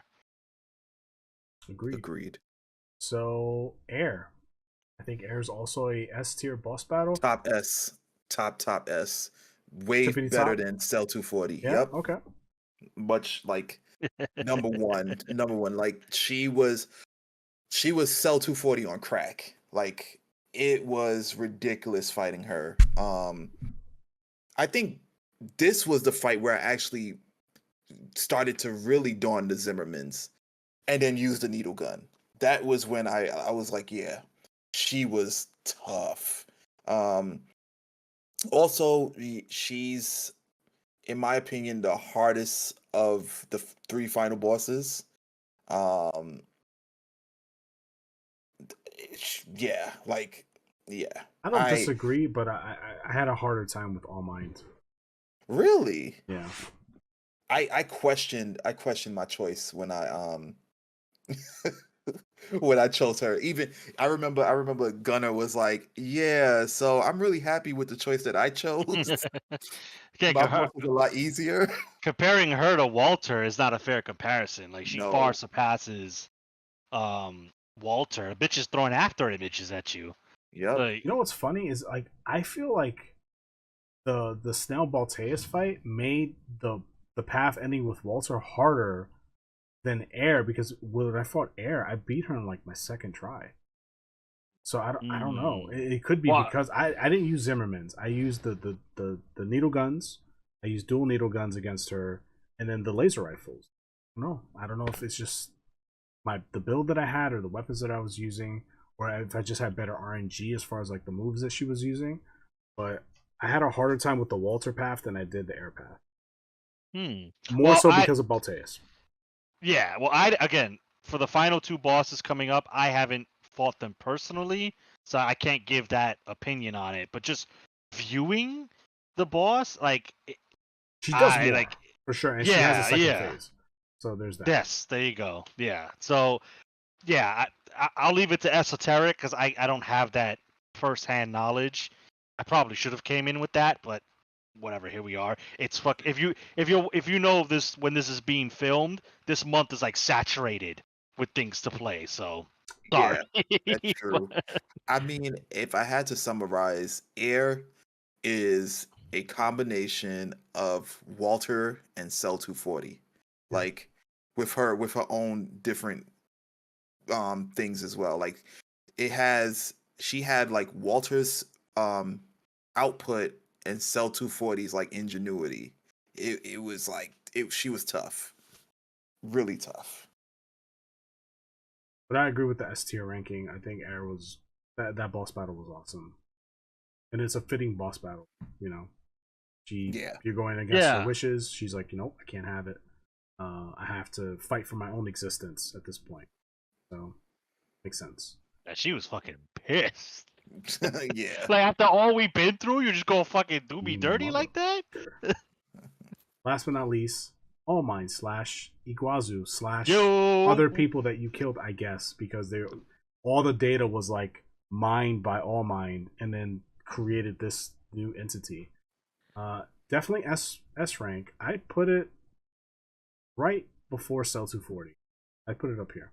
Iguazu best boy. Yeah, objectively speaking, I can definitely put All Mine in there. The only thing that kind of gimped him a bit is the fact that he had like help. I would have loved to see what the mech would have done toe to toe against my mech. Everything was just a cluster. You had two MCs or ACs with him, No, he had more than and two. then He had like four. oh yeah, yeah, yeah, he had about He had a four. little entourage with him. Didn't he have Definitely, like you're two right. sea spiders with him too? At the second phase, yeah, he brought The second phase, yeah. two sea Yeah, spiders that were like powered by like the blue or greenish energy or whatever. yeah, and then like you had not Carla, you had Air help you in a lesser mech. I was expecting, I mean, I was expecting in my head to have the mech that she fought me in, Yeah. but she had like another ridiculous one. Um, the overall fight, I enjoyed it, but I just wish that it was just him alone because it would have emphasized how much powerful All Mine was. For us to go from the beginning to end to help All Mine collect all this data and get rid of all these pilots to have like, oh yeah, I'm gonna have the best AC in the world. I wanted to see what it was capable of, not have all these other enemies or mobs, tagging along. It kind of made the All Mine machine look bad, in my opinion. I disagree. I think it's par for the course for the All Mine boss battle because All Mine is nothing without everybody else. All Mine is All Mine because of all the data from humanity. It can't No, exist without us. that's perfectly fine, which is what I appreciate. But my thing was, all of that data was supposed to be compiled into that one AC. It didn't need to have all these other like ACs around. It kind of took away from that, from the I overall can see battle, that. in my I think opinion. the mobs were just there to add difficulty to the fight, because with them there, it fucks with your targeting. So he's just default harder because of that. It's not true difficulty, I don't think. It's like artificial difficulty. It's like, oh, we're just gonna add these mobs just to like fuck with your targeting and just kind of like chip away at your health. I agree with that. I feel that if they did All Mind as a collection of enemies that you've killed through that playthrough, not just Iguazu but everybody, that would have been way more interesting. And then have All Mind change based off who they. That would have been cool. Yeah, yeah, that would have been way better. That would have been way better. But I think as it is, I think it was a good fight, and I enjoyed it for what it was. It was super challenging, and the setting was great. And I popped when it was when I heard of Guazu's voice. I was like, "Are you fucking kidding? Really?" It made me really annoyed. I was like, of all the people they chose you, annoyed. I was like, wait a minute, everybody's dead. But what was cool is like the fact that Iguazu's hatred for you, yes, so that's the strong, thing. Yeah, that it carried over to like the afterlife into All Mind's data. Was just like, that's some like Matrix fucking Mr. Smith shit right there. It was just like, I have such a desire to get out of this place that like I will break my own code and like defy reality itself to fucking kill you. Yeah, or to have a shot hated at killing you. Yeah, he hated you, and you could, again, when you think back on all the missions, he hated you from day one. Yep. Day zero, he hated you for like an unnatural. Everybody distrusts everyone in the Armor Core world, but he hated you. Like, he was that guy at school that you don't know why he doesn't like you, but he just doesn't like you. And that was evident. He was just envious of you because you were better than him. You was getting so much praise, and like he felt shitty. Well, yeah, about he thought you were less because in that world you're like a Gen 4, which is just like, bro, we're on Gen 1 or like Gen 7, I think. Gen 8 or something like that. Something ridiculous. So you're like bottom of the barrel, fucking augmentation wise. So he just had an air of superiority about him, different from Snail. Snail just thought everybody was inferior. But the fact that you were coming up and you were being more recognized, and even his boss, Michigan, was like, bro, you're fucking good. You want a job? Like, he was pissed. So, like, he was willing to give up his body, and through sheer hatred, was like the lead pilot in the All Mind mech. And he's like, I don't care about your world domination. I don't care about Coral. I just need to be able to fuck this guy up. Like, I was like, you've seen it in every anime, every shonen anime out there. So it's a trope for sure, but yeah, I liked it. I'm not gonna lie. It's like negative will. Like, there's willpower, and then there's like whatever the fuck this is with Iguazu, where it's just like it's will implemented in the most unhealthy way possible, and it manifested into like, and that makes him the perfect candidate for All Mind, because All Mind's gonna go after people who just like either can't think for themselves or are just like super negative, and it's like, oh, you're weak-minded. Okay, you're perfect. Like, you're easily manipulated, which is why O'Keefe was like, that was such an interesting dialogue with him. He's just like, you don't know anything. You're such a dumbass. Like, All Mind's using you, you fucking idiot. Like, you know, he's such a peasant. Like, O'Keefe was like low key, like one of my characters that I really relate to. I'm like, this guy gets it. Yeah. Like, that's the thing. Like, Iguazu got it. Like, he's like, I understand. I don't care. I don't care. Like, yeah, you just could want use me. dead. If I kill this motherfucker, you do whatever the fuck you want to do, bro. Yeah. All mind, all spirit, whatever. I don't, whatever. And then he realizes, I want to dig deeper into that at some point, like figure out what, like, how did he figure out air was in his head? Oh yeah, like, the voices, right? I was a little confused about that. Yeah, they didn't delve into that at all. But he was like, that fucking voice, it was you this whole time? That was interesting. I was like, oh, so what does that mean? Air was like a double agent at some point? Or was he there during the Watchpoint mission? Because imagine she's playing like all sides of the field. It's like, all right, I'm gonna find a champion from one of y'all. It's like, all right, Iguazu fucking up a Raven. This Raven guy, he's putting in some work. Right. I might back this horse a bit more. He might have been at the Watchpoint, because in the third playthrough, when you fight Sula has backup in the form of the invisible mechs, which are creations of All Mind. So he might have been there with the Coral Upsurge, or he could have been in that other mission where you had to like destroy something deep in the tunnels or whatever, and then there was like the coral that's right. uprising. Yes. He could have been there too. Like it's all speculative. Like Yeah. we don't know. Which is half the fun. Too many nowadays. Too many stories are just spelled out. Like here, idiot. Here's what happens. Here's the plot twist. Did you see it? Did you see what we did? Everything's a fucking Marvel movie now. Yeah, everything's like super spoon fed. Which Yeah. I mean, there's a place for that, but Yeah. I appreciate that there are games like this to where we can have like these really like deep nerdy conversations that are. I admit, yes, we could be spending our time with talking about much more relative, interesting things, of course. But hey, whatever. We like mechs. We like this story. We like this game.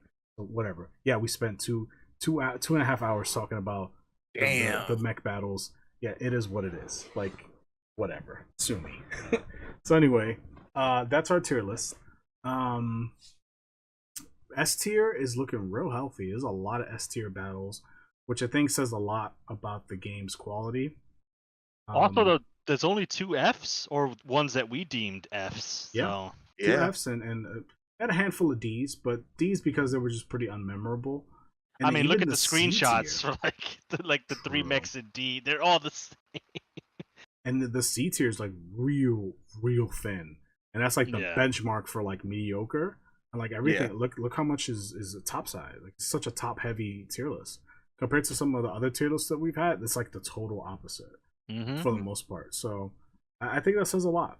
That says a lot about the quality of the game and our opinions at the very least about the boss battle. So anyways, with that being said, for those listening, thank you for your viewership. Hope you enjoyed this conversation. Let us know what you think about our tier list.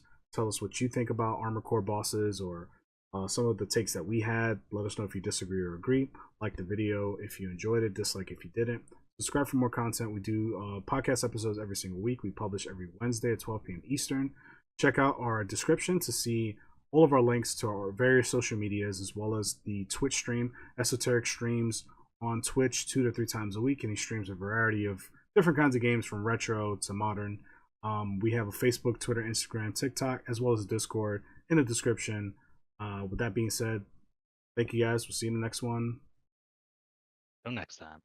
Take care.